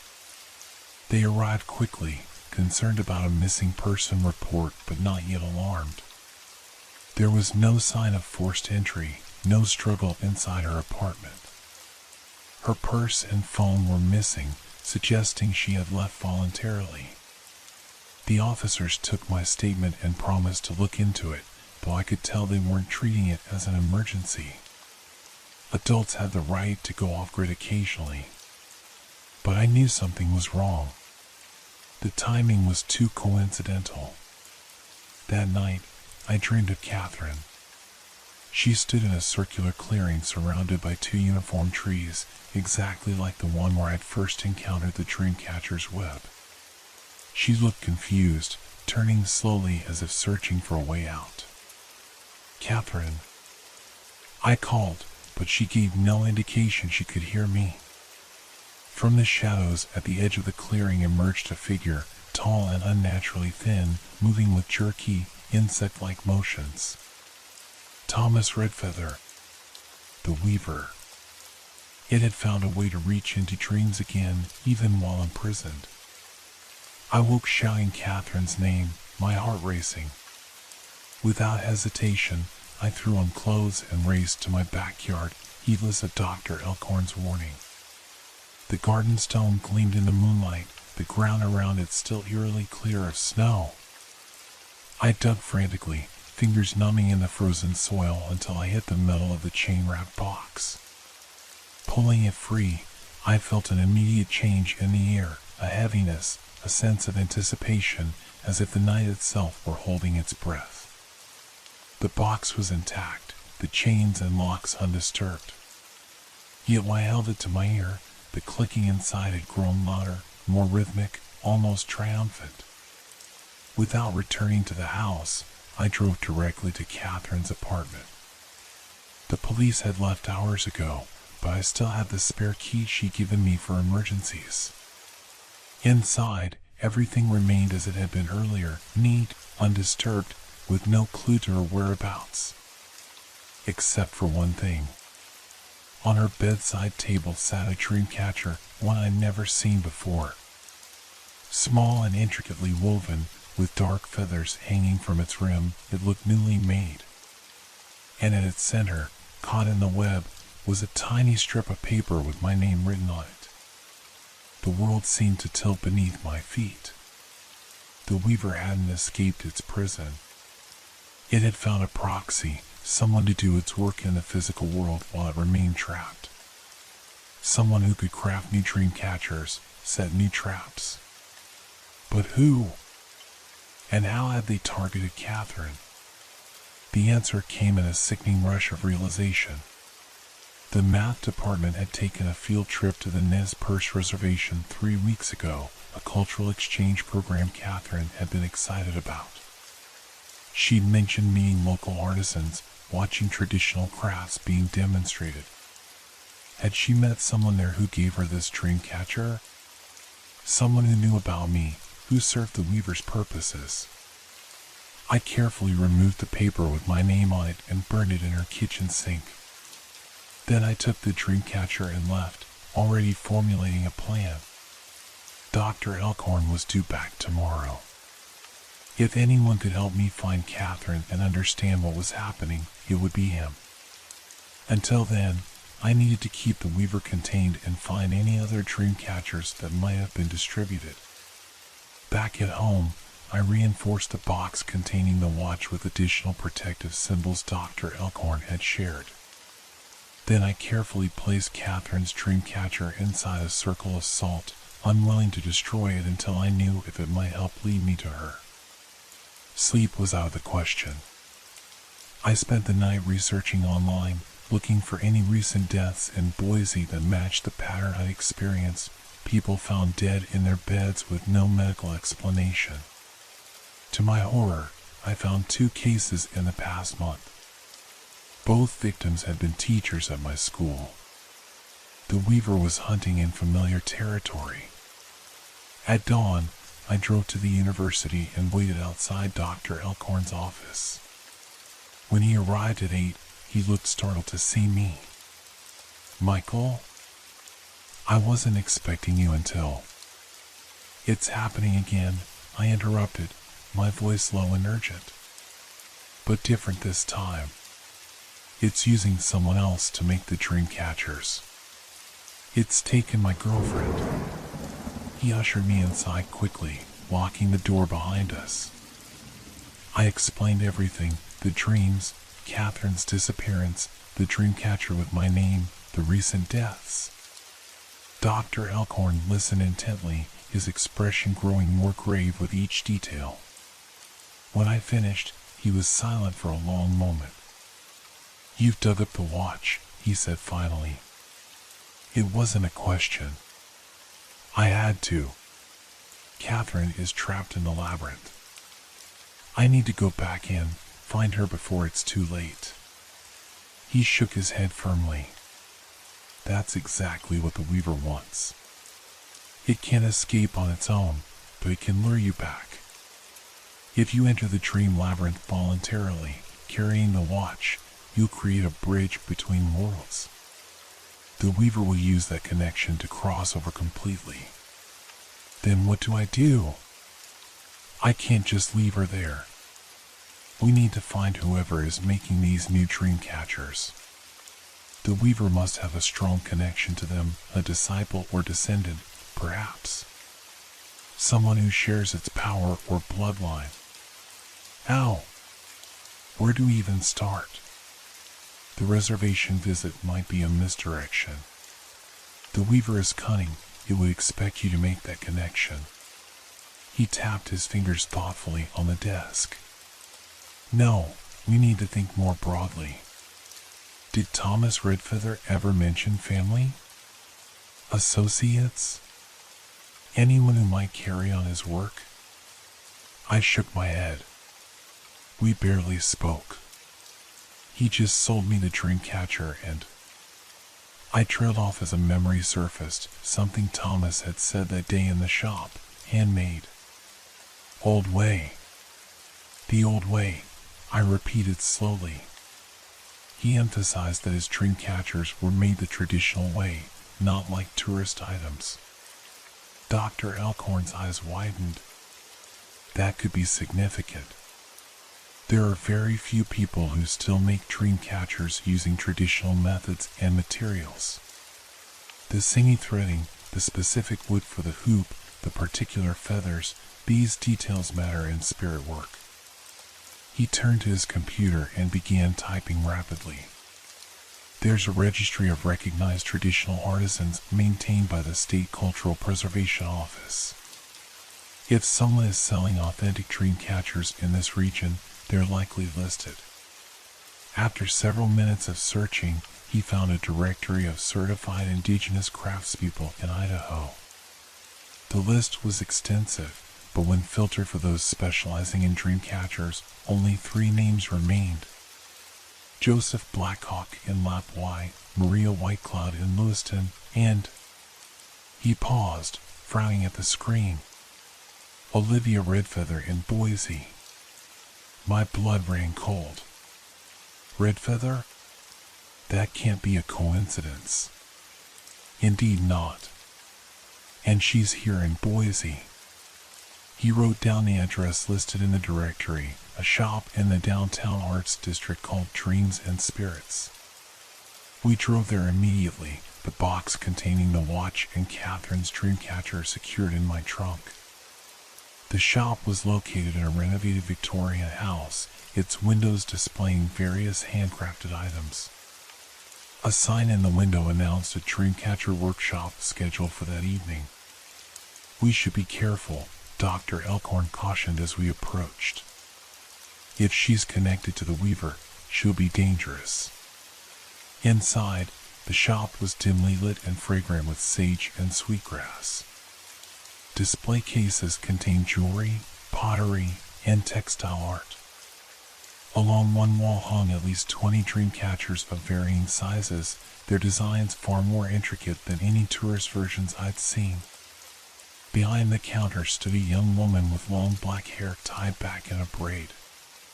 She looked up as we entered, and I was struck by her eyes, dark and intense, evaluating us with the same penetrating gaze I remembered from Thomas. "Welcome to Dreams and Spirits," she said, her voice melodious yet somehow unsettling. "How can I help you today?" Dr. Elkhorn took the lead. "We're interested in your Dreamcatchers. I understand you make them in the traditional way?" Her expression brightened. "Yes, one of the few who still do. My father taught me the old techniques before he passed." "Your father?" I couldn't help asking. Was his name Thomas, by any chance? Something flickered across her face, surprise, then weariness. "Yes." "Did you know him?" "We met briefly," I said, struggling to keep my voice steady. "Near Sandpoint, at his shop in the woods." Her eyes narrowed slightly. "That's impossible. My father died 15 years ago. His shop burned down with him inside it."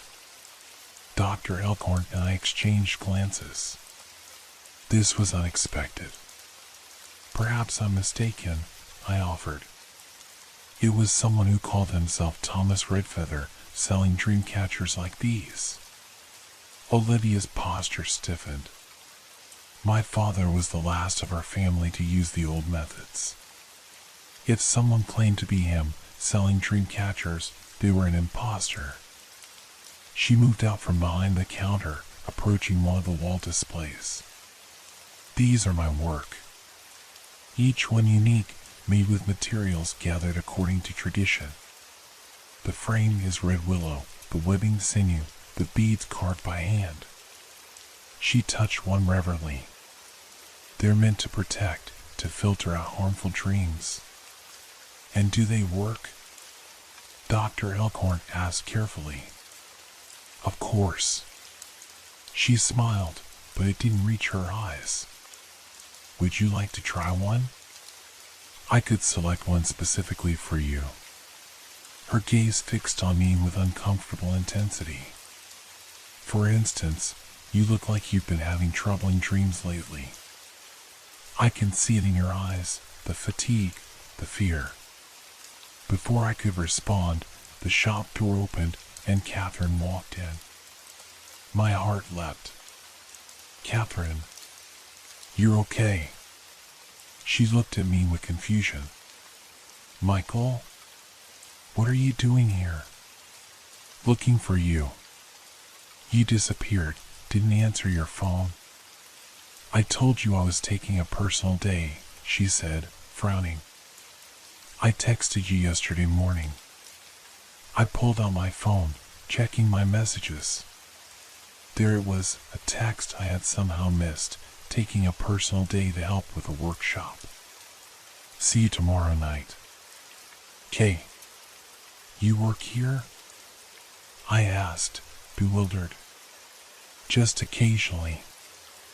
I met Olivia during the reservation trip.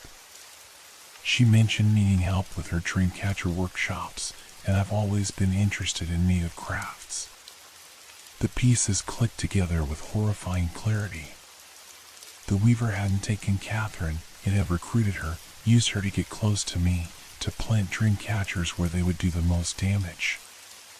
I looked to Olivia, who was watching our exchange with an inscrutable expression.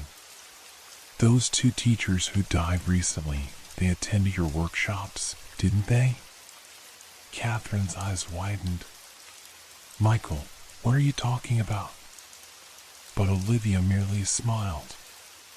Many people attend my workshops. I can't keep track of all of them. Dr. Elkhorn stepped forward. Ms. Redfeather, we believe your dream catchers may be causing harm rather than protection. Whether intentionally or not.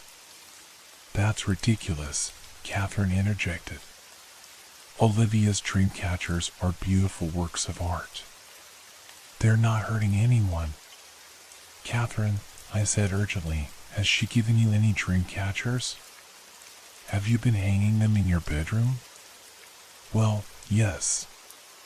She gave me one after I helped with my first workshop. And another smaller one yesterday. She stopped abruptly, glancing at Olivia. For you to give to Michael, Olivia finished smoothly.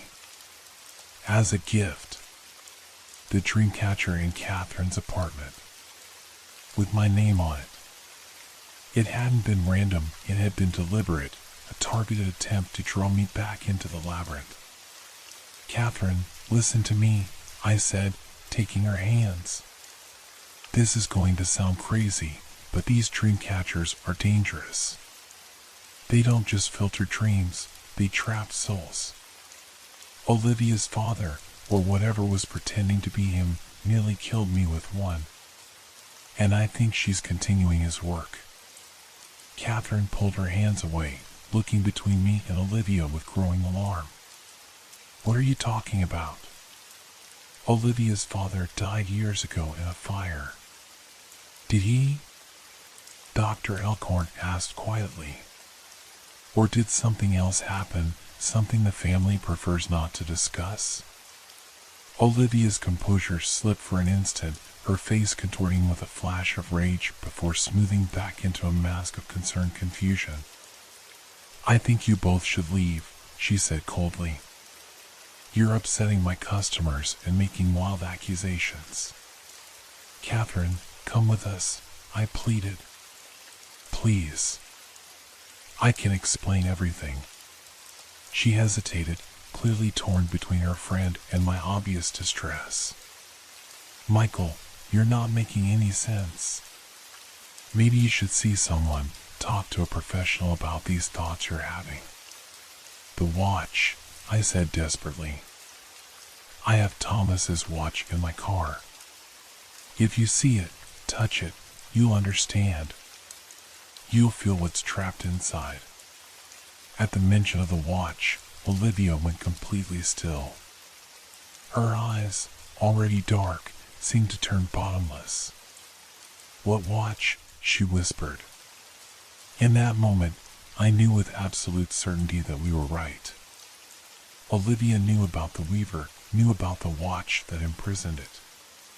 Whether she was a willing servant or an unwitting vessel for its influence didn't matter.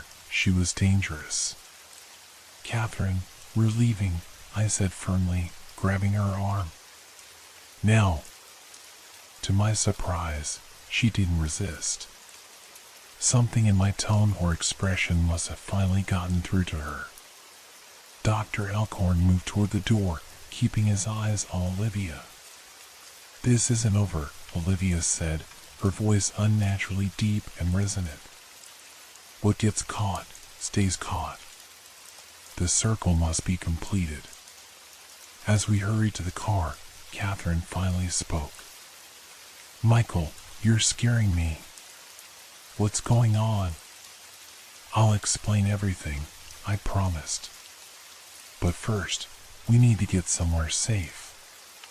We drove to Dr. Elkhorn's office, where I told Catherine the entire story, the dream catcher from Thomas's shop, the nightmare labyrinth, the weaver, the watch and my suspicions about Olivia continuing her father's work, whether knowingly or as a puppet of the entity he had served. To my amazement, she listened without interruption, her expression moving from skepticism to concern to grudging belief. "I thought the dream catcher she gave me was just a thank you gift," she said finally. "But there was something odd about her. The way she insisted I hang it directly above my bed. The way she asked so many questions about you. Did you experience any strange dreams after hanging it?"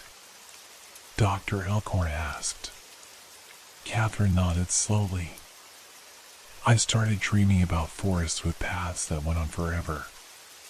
And sometimes I would hear this clicking sound, like bones tapping together."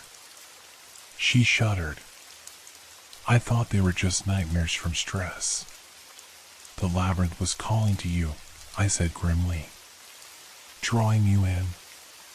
If you had gone deep enough, you might never have woken up." Dr. Elkhorn opened the box containing the watch cautiously. The clicking from within was now constant, an eager rhythm that filled the room with its malevolent energy. "The Weaver is excited," he noted. "It senses its servant is close to freeing it." "Olivia said something about completing a circle," I recalled.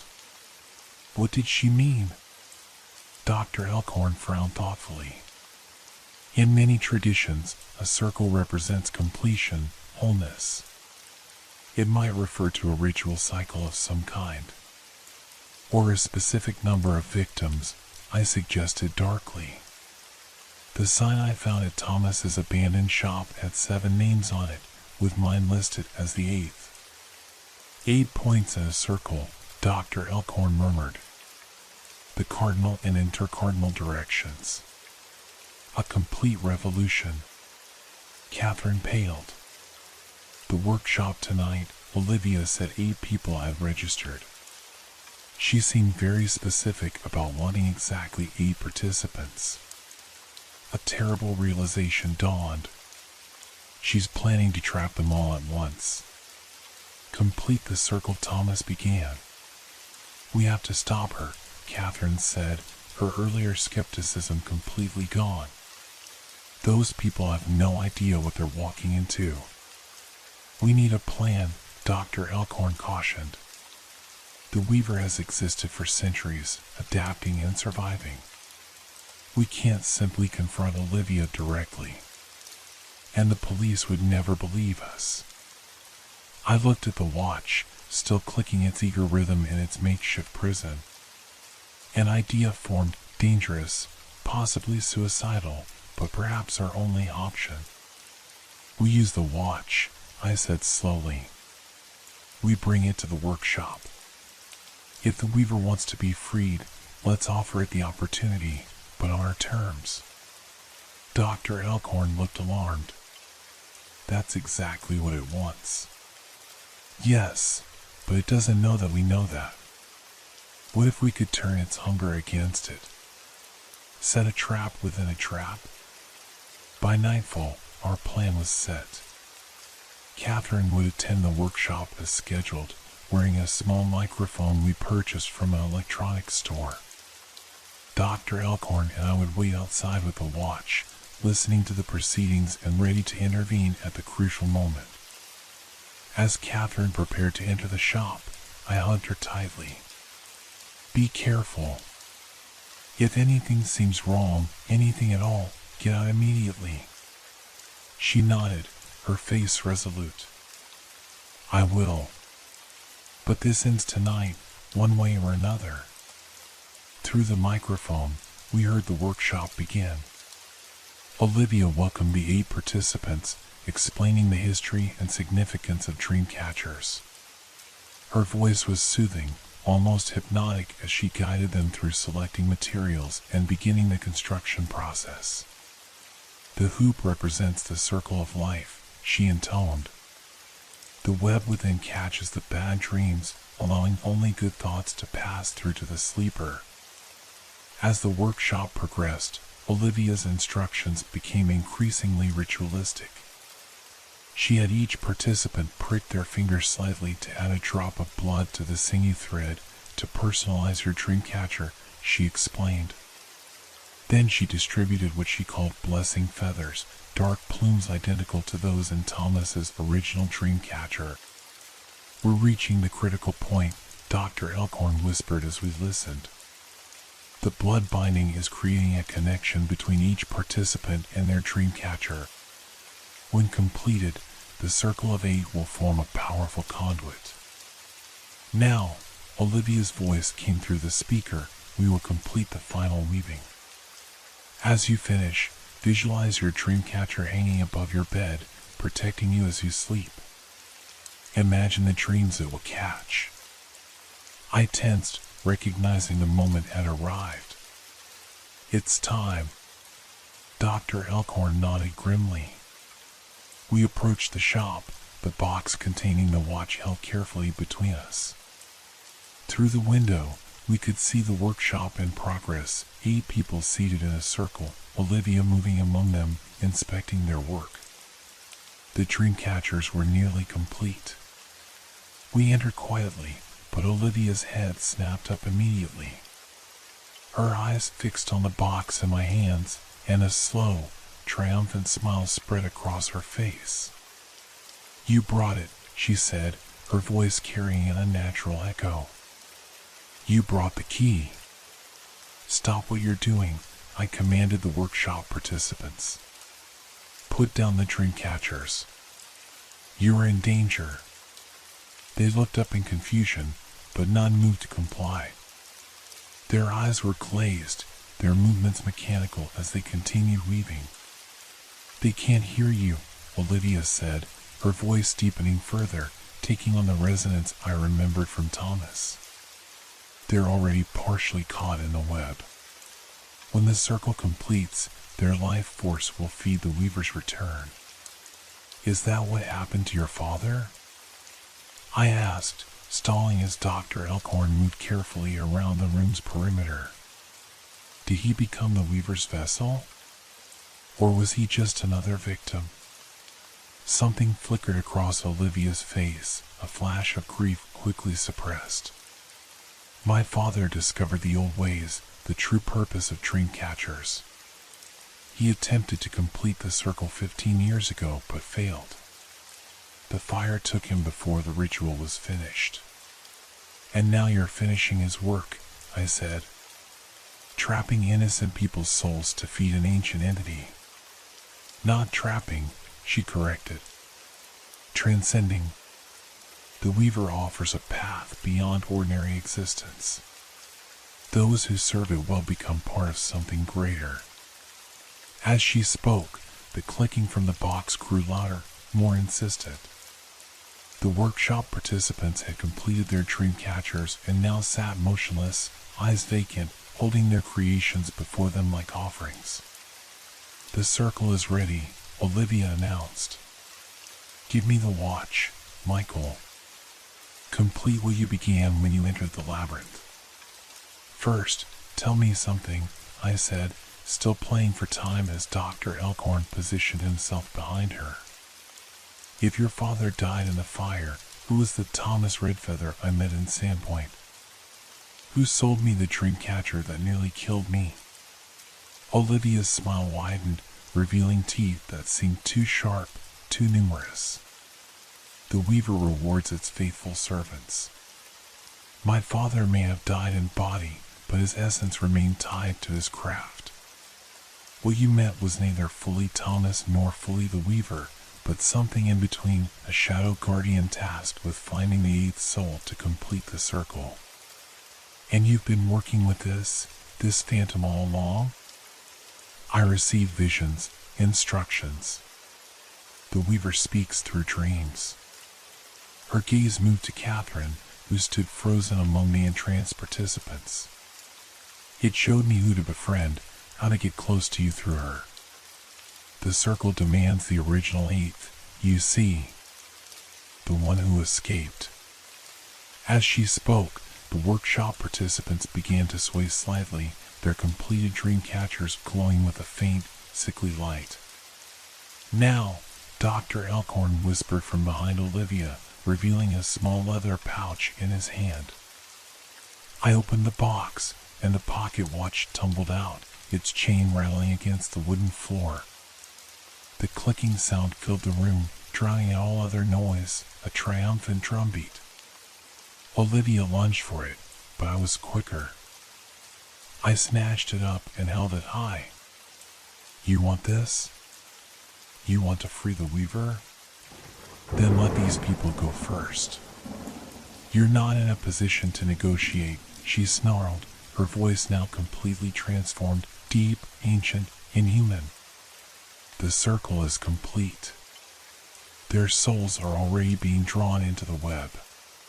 Give me the watch, or join them in eternal dreaming. Dr. Elkhorn seized his moment, throwing the contents of his leather pouch, a mixture of salt, herbs, and other substances, directly onto Olivia. She screamed, a sound that tore through the room like physical force, causing the windows to shudder. Now, Michael, he shouted. The watch. I didn't hesitate. I smashed the watch against the floor with all my strength. The glass face shattered, the metal casing split, and a sound like 1,000 insect legs scuttling across dry leaves filled the air. From the broken watch poured darkness, not smoke or liquid, but a living absence of light that gathered itself into a towering, spindly form. The Weaver, free from its prison. It loomed above us, a creature of nightmare made manifest, elongated limbs bending at impossible angles, a body composed of shadows and negative space, its face a featureless void surrounded by clicking mandibles.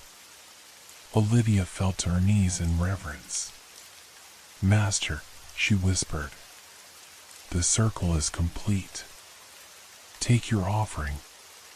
The workshop participants began to convulse, their dream catchers glowing brighter. Catherine, seeming to fight against an invisible force, struggled toward me. This wasn't the plan, Dr. Elkhorn hissed, panic edging his voice. We were supposed to redirect it back into the watch. But I had seen something in that moment of the Weaver's emergence, a pattern, a connection. Each of the glowing dream catchers was linked to the massive entity by threads of darkness, like a web extending from its core. The circle, I muttered, understanding dawning. It's not just the 8 people, it's the 8 dream catchers forming a boundary, a summoning circle. With sudden clarity, I knew what to do. I grabbed Catherine's arm, pulling her from the circle as I shouted to Dr. Elkhorn, break the circle. Destroy the dream catchers. We moved swiftly, tearing dream catchers from the entranced participants' hands, snapping the willow hoops, shredding the webs. With each one broken, a participant gasped and fell back, released from the trance. The Weaver shrieked, a sound like metal scraping against bone, and lunged toward Olivia. She reached up eagerly, as if expecting an embrace. Instead, the entity engulfed her, shadows pouring into her mouth, eyes, ears, every orifice filling with its essence. Her body contorted, limbs elongating, joints cracking as they rearranged themselves. When she stood again, it was with the jerky, inhuman movements I remembered from Thomas.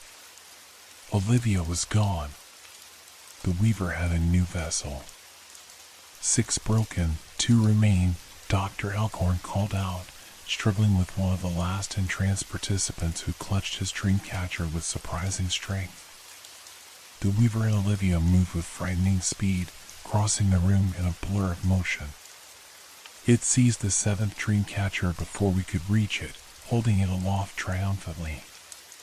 Even incomplete, the circle provides passage, it said, Olivia's voice now completely subsumed by the clicking, chittering tones of the entity. You've merely weakened the door, not closed it. I locked eyes with Catherine, who held the 8th and final dream catcher. Without words, we understood what needed to be done. She thrust the dream catcher toward the Weaver and Olivia. You want this? Take it." The entity reached for it greedily, and at that moment, Catherine twisted the dream catcher in her hands, snapping the hoop and tangling the entity's grasping fingers in the web. The effect was immediate and catastrophic. The Weaver and Olivia shrieked as the broken dreamcatcher's web expanded, growing to envelop its arm, then its torso, then its entire form. It was being caught in its own trap. "The hunter becomes the hunted," Dr. Elkhorn murmured, watching in awe as the web tightened around the struggling entity. Olivia's body collapsed to the floor, the shadows that had animated it being drawn inexorably into the tangled remains of the dreamcatcher. The web contracted further, compressing the darkness until it was no larger than a marble. Catherine, her hands trembling, carefully placed the tiny prison into the empty watch casing, which Dr. Elkhorn quickly wrapped in salt-soaked quartz. "Will that hold it?" I asked, my voice barely a whisper. "Not forever," he admitted, "but long enough for us to find a more permanent solution. There are ancient sites, places of power where such entities can be bound permanently."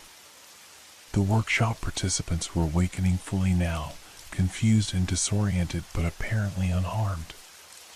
We helped them to their feet, made up a story about carbon monoxide causing mass hallucinations, and urged them to get medical checkups.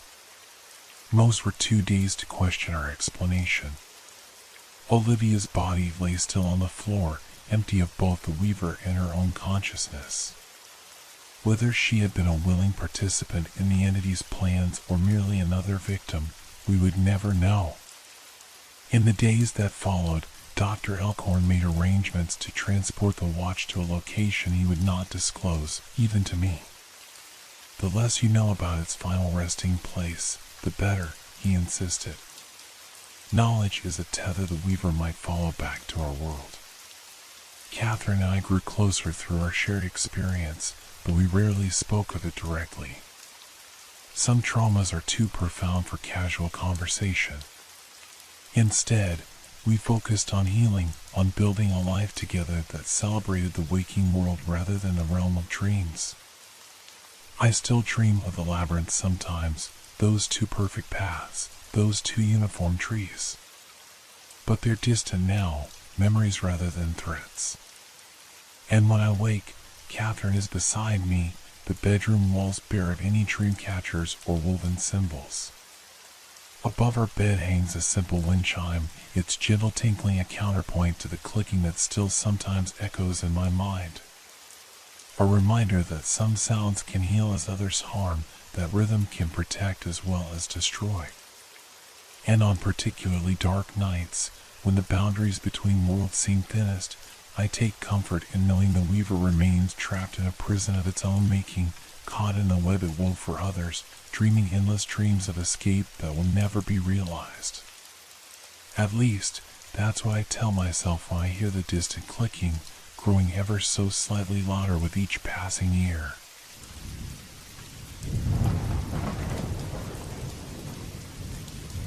Do you believe that the dead can become trapped in bureaucracy? This question, asked casually by my colleague Thomas as we gathered our things to leave, would haunt me for weeks to come. I laughed then, dismissing it as another of his peculiar conversation starters. If only I had paid more attention. My name is Michael Harrington, and I've worked at the Oak Ridge City Hall for just over 3 months as a junior budget analyst. It's not glamorous work, but the stability appealed to me after years of contract positions that left me constantly anxious about my next paycheck. Most employees clear out by 5:30, but I often stay later. Partially to impress my superiors, but mostly because my small apartment feels emptier than these marble corridors. That evening, as the fluorescent lights hummed overhead and the cleaning staff moved through distant hallways, I was alone on the 3rd floor, finalizing projections for the upcoming fiscal year. I first noticed it while reaching for my coffee mug, a faint clicking sound, like dress shoes on tile, moving purposefully down the hallway outside my office. The footsteps paused outside my door, and I called out, "Hello? Someone still here?" No response came, but the shadow beneath my door darkened momentarily, as if someone stood just on the other side. I rose from my chair, a slight tremor in my hand as I reached for the doorknob.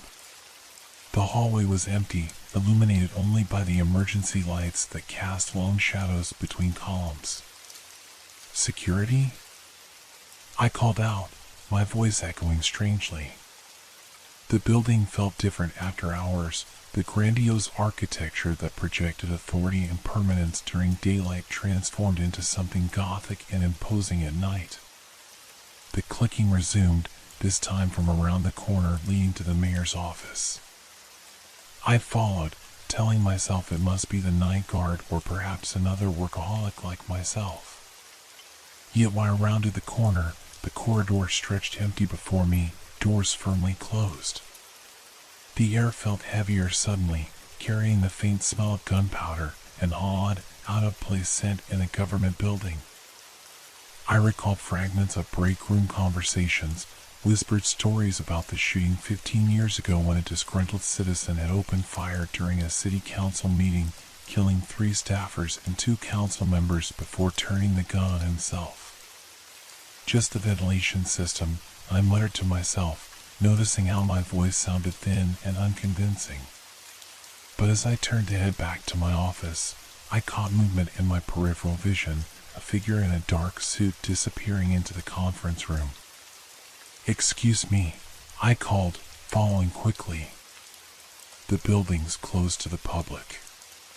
The conference room was dark when I entered, and my hand fumbled for the light switch. When the fluorescence flickered on, I saw only empty chairs surrounding the long table. But the chair at the head was slowly rotating, as if someone had just vacated it. My hand trembled slightly as I reached for my phone to call security. The screen showed no service, unusual for downtown. As I lowered the device, I noticed the temperature had dropped considerably. My breath fogged in front of me, and goosebumps raised along my arms. A document on the conference table caught my eye, a budget proposal from 15 years ago, the edges yellowed with age. I was certain it hadn't been there when I passed this room earlier. As I approached to examine it, the lights flickered once, twice, then stabilized. The document bore a coffee stain in the corner and bullet points highlighted in faded yellow marker. But what made my heart stutter was the handwritten note in the margin: "Today's meeting will be deadly boring." The door behind me closed with a soft click. I spun around, but there was no one by the door.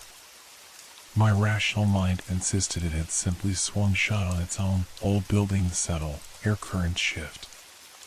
Yet something deeper, more primal, whispered that I was no longer alone. "Hello?" I called again, hating how my voice cracked. "Maintenance? Security?" Only silence answered, but it felt like a deliberate silence, the kind that falls when someone is deliberately trying not to be heard.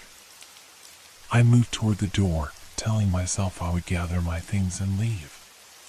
The budget projections could wait until morning when sunlight flooded through the windows and colleagues chatted by the coffee machine. As my hand touched the doorknob, I heard it, a whisper so faint I almost convinced myself it was just the building's heating system. They never listened. I froze, my fingers tightening around the cool metal of the knob. "Who's there?" The tremor in my voice betrayed my growing fear. Nothing.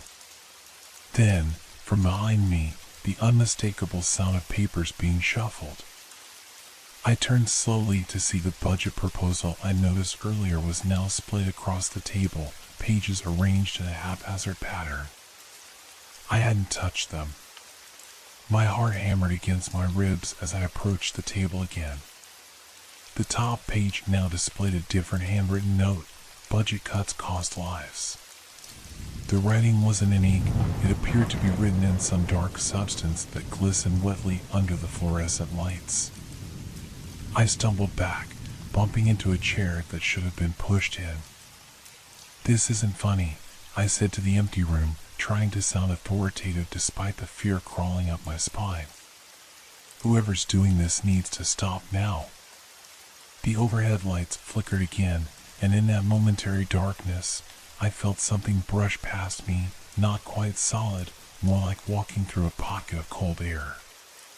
When the light stabilized, I noticed all the chairs around the conference table had been pulled out slightly, as if an invisible committee had just taken their seats.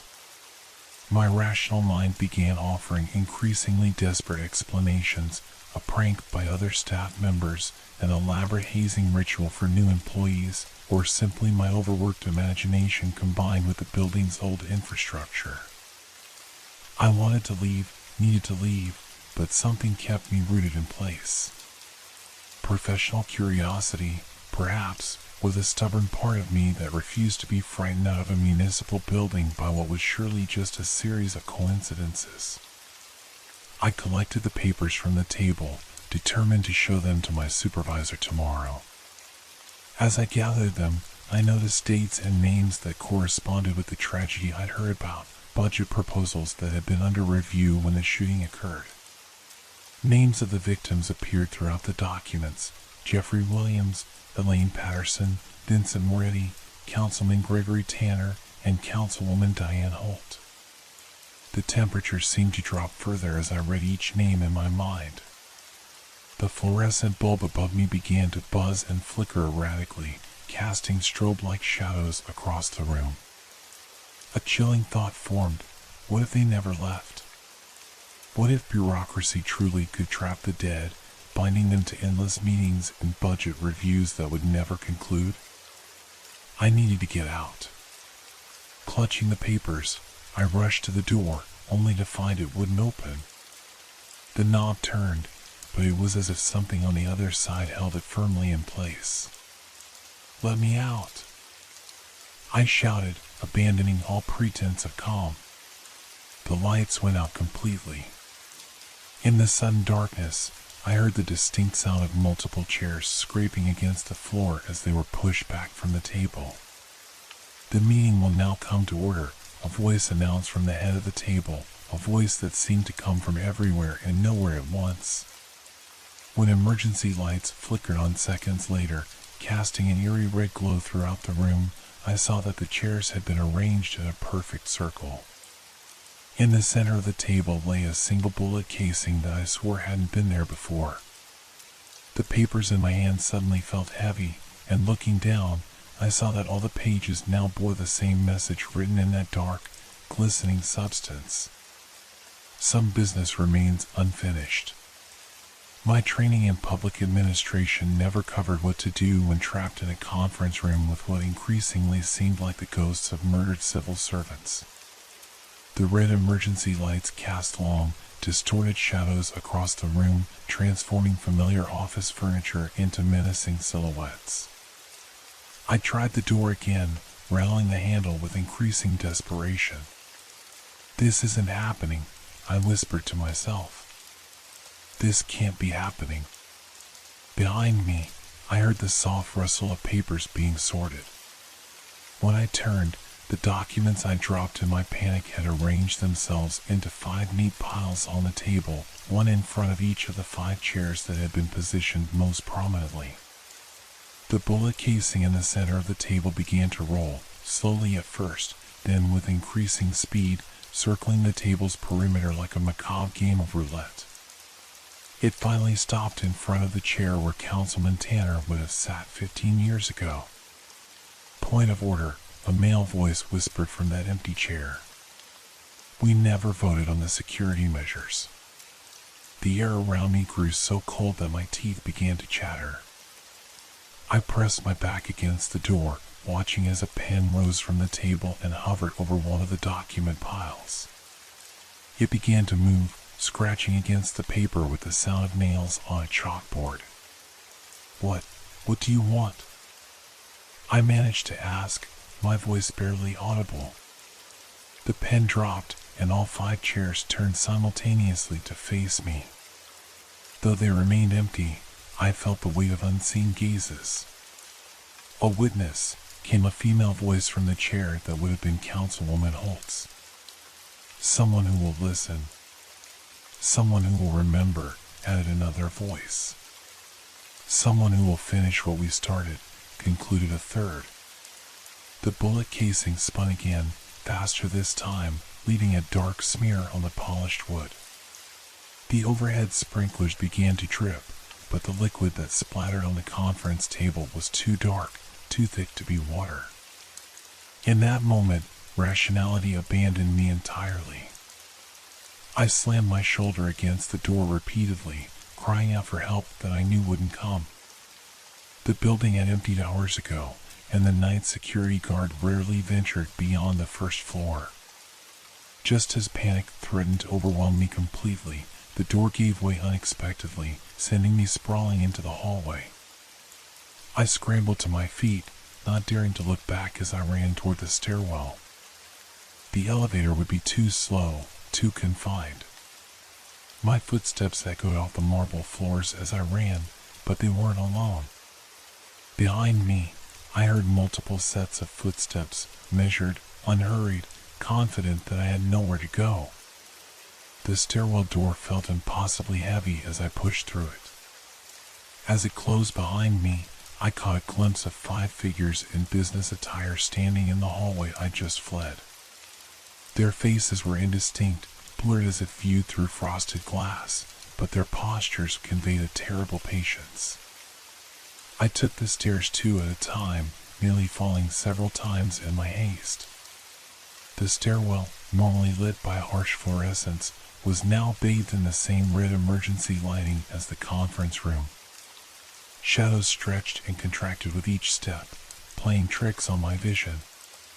Halfway between the 3rd and 2nd floors, I heard a door open somewhere above me. Footsteps began descending from the 4th floor, deliberate, measured steps that echoed metallically. The budget cuts were just the beginning, a voice called down to me. You've seen the documents. You know what they were trying to hide. But I didn't know. I'd only been skimming those old budget proposals, hadn't processed their contents beyond noticing the victims' names. What had been hidden in those dry financial projections and bureaucratic language that was worth killing for? The 2nd floor landing came into view, and I lunged for the door. As my hand closed around the handle, I felt a breath on the back of my neck, cool and smelling faintly of gunpowder. They're still doing it, the whisper came directly into my ear. Nothing has changed. I yanked the door open and threw myself through it, expecting to emerge into the familiar 2nd floor hallway. Instead, I found myself back in the 3rd floor conference room, the door swinging shut behind me with a definitive click. The chairs were now occupied. 5 figures sat around the table, their features indistinct and shifting in the red light. Before each of them lay a document bearing a dark stain that might have been a bullet hole. At the head of the table sat a 6th figure, distinct from the others. While they wore business attire from 15 years ago, this one wore the security uniform currently used by City Hall guards. His face, unlike the others, was perfectly clear and belonged to Thomas, my colleague who had asked that strange question about the dead being trapped in bureaucracy. He smiled at me, gesturing to the empty chair directly opposite him. The meeting, he said in a voice that was both his and not his, is about to begin. My legs moved of their own accord, carrying me to the empty chair. Some distant part of my mind screamed to run, to break for the door again, but a heavier weight settled over me, resignation, curiosity, or perhaps something more supernatural compelling my compliance. As I sank into the chair, the temperature plummeted further. Frost patterns formed at the edges of the documents before me, delicate crystalline structures that grew and spread across the paper like living things. Thomas? I whispered, staring at my colleague's familiar yet now utterly alien face. What is this? What's happening? The figure wearing Thomas's face tilted its head at an unnatural angle. Thomas merely opened the door. Every building has its own accessibility requirements. The voice that emerged was layered, Thomas's tenor overlaid with something deeper, more resonant. "The minutes from our last meeting were never approved," said the blurred figure that had been Councilwoman Holt. "We were interrupted." 15 years, added another figure, Vincent Moretti, I somehow knew. 15 years of waiting for quorum. I glanced down at the documents before me. Through the frost patterns, I could make out budget allocations for the city's security infrastructure, proposed safety measures for public buildings, and, most prominently, a whistleblower report about missing funds from the mayor's special discretionary account. "This is what you were discussing when..." I couldn't finish the sentence.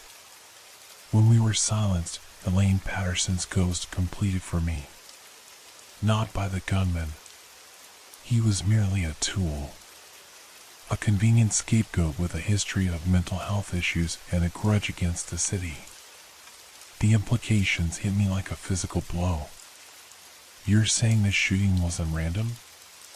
That someone arranged it to stop this meeting?" The figures around the table remained silent, but the temperature dropped even further. My breath clouded before me in thick plumes, and the frost on the documents crawled up to touch my fingertips. "Some patterns repeat," said Thomas, not Thomas. "Check the current mayor's discretionary account. Check the security contract renewals. Check the recent personnel changes in financial oversight." A sickening realization dawned on me. My position had been newly created, ostensibly to provide additional budgetary analysis. But what if its actual purpose was to identify and neutralize potential whistleblowers before they could raise alarms? "Why me?" I asked, my voice barely audible over the pounding of my heart. "Why are you showing me this?" "You have the access," replied Councilman Tanner's ghost. "You have the skills. And most importantly, you have no connections to protect. You're expendable to them," added Jeffrey Williams bluntly. "But valuable to us." The lights flickered violently, and in those strobing moments, I saw their deaths play out in fragmented images, the meeting interrupted, the confusion, the blood spreading across budget proposals and meeting minutes, the desperate scramble for cover that came too late. When the lights stabilized, Thomas stood next to me, his hand on my shoulder.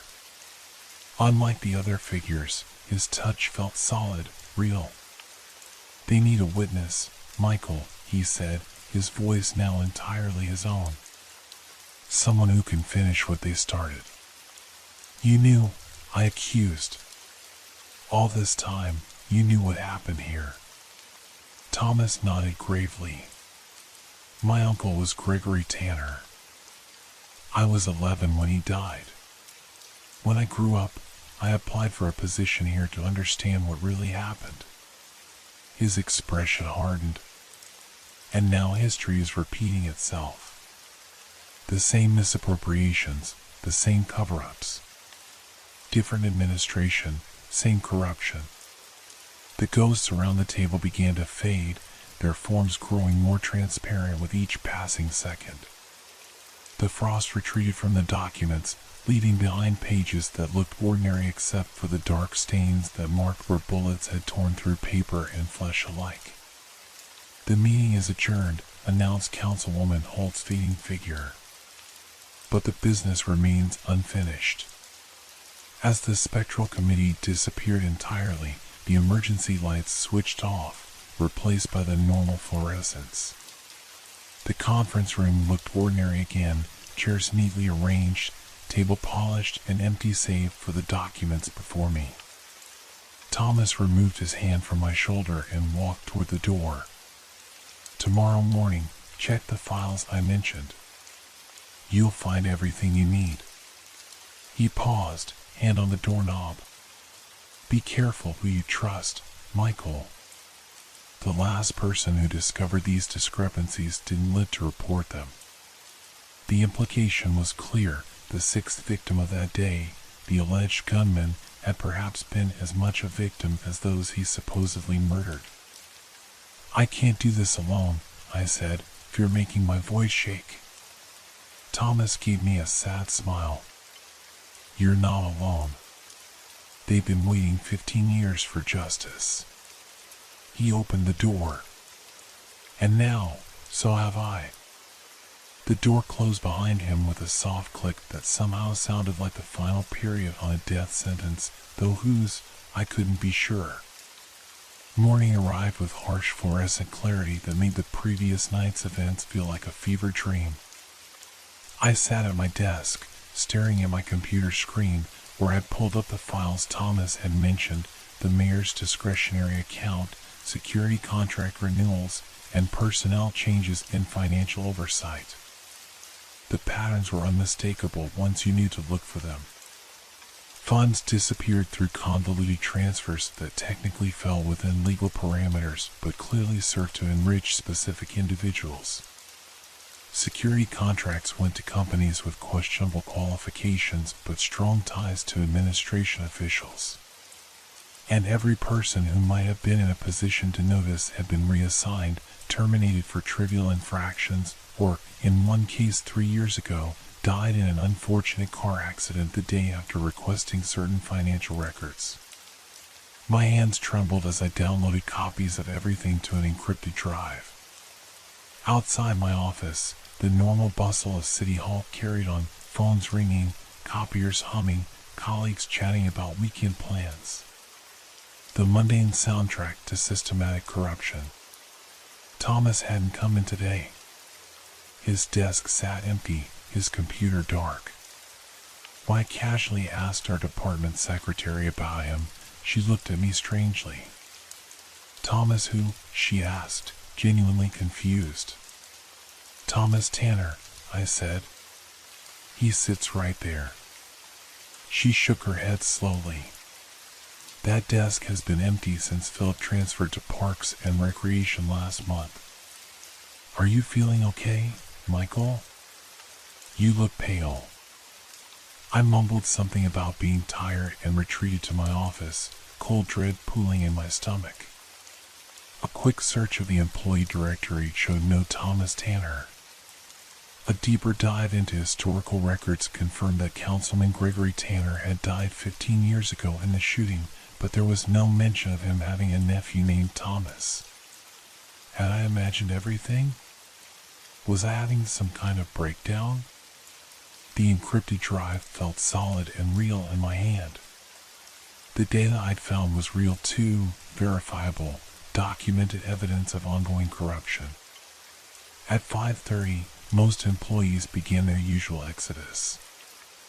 I remained at my desk, ostensibly to finish some analysis, but really waiting for the building to empty. As the overhead lights switched to their dimmer evening setting, I gathered my courage and made my way to the third-floor conference room. It looked perfectly ordinary, no ghostly committee, no frost patterns, no bullet casings. Just a standard municipal meeting room with uncomfortable chairs and fluorescent lighting that made everyone look slightly ill. "I must be losing my mind," I muttered to myself. "That's what they want you to think." The voice came from behind me. I spun around to see a woman I vaguely recognized from the records department standing in the doorway. Her name badge read Meredith Jenkins. "The dead don't always rest," she continued, stepping into the room and closing the door behind her. "Especially when their work remains unfinished." "You know about them?" I asked, barely daring to hope I wasn't alone in this madness. Meredith nodded grimly. "My mother was Diane Holt. I've worked here for 8 years, trying to piece together what they were investigating before they were killed." Her eyes fixed on the encrypted drive in my hand. "You found something." "Everything," I confirmed. "Enough to prove the corruption extends from the previous administration to the current one. enough to suggest the shooting wasn't random. We need to be careful, Meredith warned. If what happened 15 years ago is any indication, they'll go to extraordinary lengths to keep this buried. As if on cue, the lights flickered. The temperature didn't drop this time, but something in the air changed, a heaviness, a sense of anticipation. "They're here," Meredith whispered, her eyes widening as she looked past me. I turned to see 5 blurred figures seated around the conference table, more solid than they had appeared the previous night. In the chair that Thomas, or whatever had presented itself as Thomas, had occupied sat a 6th figure, this one in a modern business suit. The figure raised its head, revealing the face of our current mayor, though somehow wrong, too sharp, too hungry, too hollow. When it spoke, its voice echoed as if coming from far away. "The city thanks you for your dedication," it said, gesturing to the seats across from it. "Please, join us. We have matters to discuss regarding your findings." Behind the mayor's figure, the 5 victims watched us solemnly. Councilwoman Holt, Meredith's mother, seemed to make a subtle gesture toward the door. "We need to leave," I said, grabbing Meredith's arm. "Now." We backed toward the door as the mayor's figure smiled unnaturally wide. "Every administration has its secrets, Mr. Harrington," it said, rising from its chair. "Some are worth killing to protect." The door handle turned easily under my desperate grip, and we spilled out into the hallway. As the door swung shut behind us, I caught a final glimpse of the conference room, the 5 victims still seated at the table, the mayor's figure now standing at the head, and behind it, emerging from the shadows, the indistinct forms of others who had died to protect Oak Ridge's dirty secrets over the years. Meredith and I ran through the empty corridors, our footsteps echoing on marble floors. Behind us, a cacophony of other footsteps followed, some hurried, some measured, some dragging with terrible purpose. "What do we do now?" I gasped as we burst through the main doors into the cool evening air. Meredith clutched my arm, her eyes fierce with determination that must have mirrored her mother's 15 years ago. "We finished their work," she said. "We expose everything." As we hurried down the city hall steps, I glanced back at the imposing building. In a 3rd-floor window, 5 figures stood watching us, not threatening, but expectant, waiting to see if, this time, justice would be served. "Do you think they'll ever rest?" I asked. Meredith followed my gaze to the window, which now appeared empty to casual observation. "Government work is never done," she said with grim humor, "especially when it's unfinished business." The encrypted drive felt heavy in my pocket, heavier than its physical weight could account for. It carried the evidence we needed, but also the expectations of the dead. Their meeting may have been violently adjourned 15 years ago, but the minutes were still being recorded, the motions still pending approval. And somewhere in the halls of power, living people with blood on their hands were realizing that some agenda items cannot be permanently tabled, not even by bullets. As we walked away from City Hall, the streetlights flickered briefly. For just a moment, I thought I saw 5 additional shadows stretching alongside our own, accompanying us, guiding us, ensuring their legacy would finally be fulfilled. The whispers in the hall had become voices that could no longer be silenced.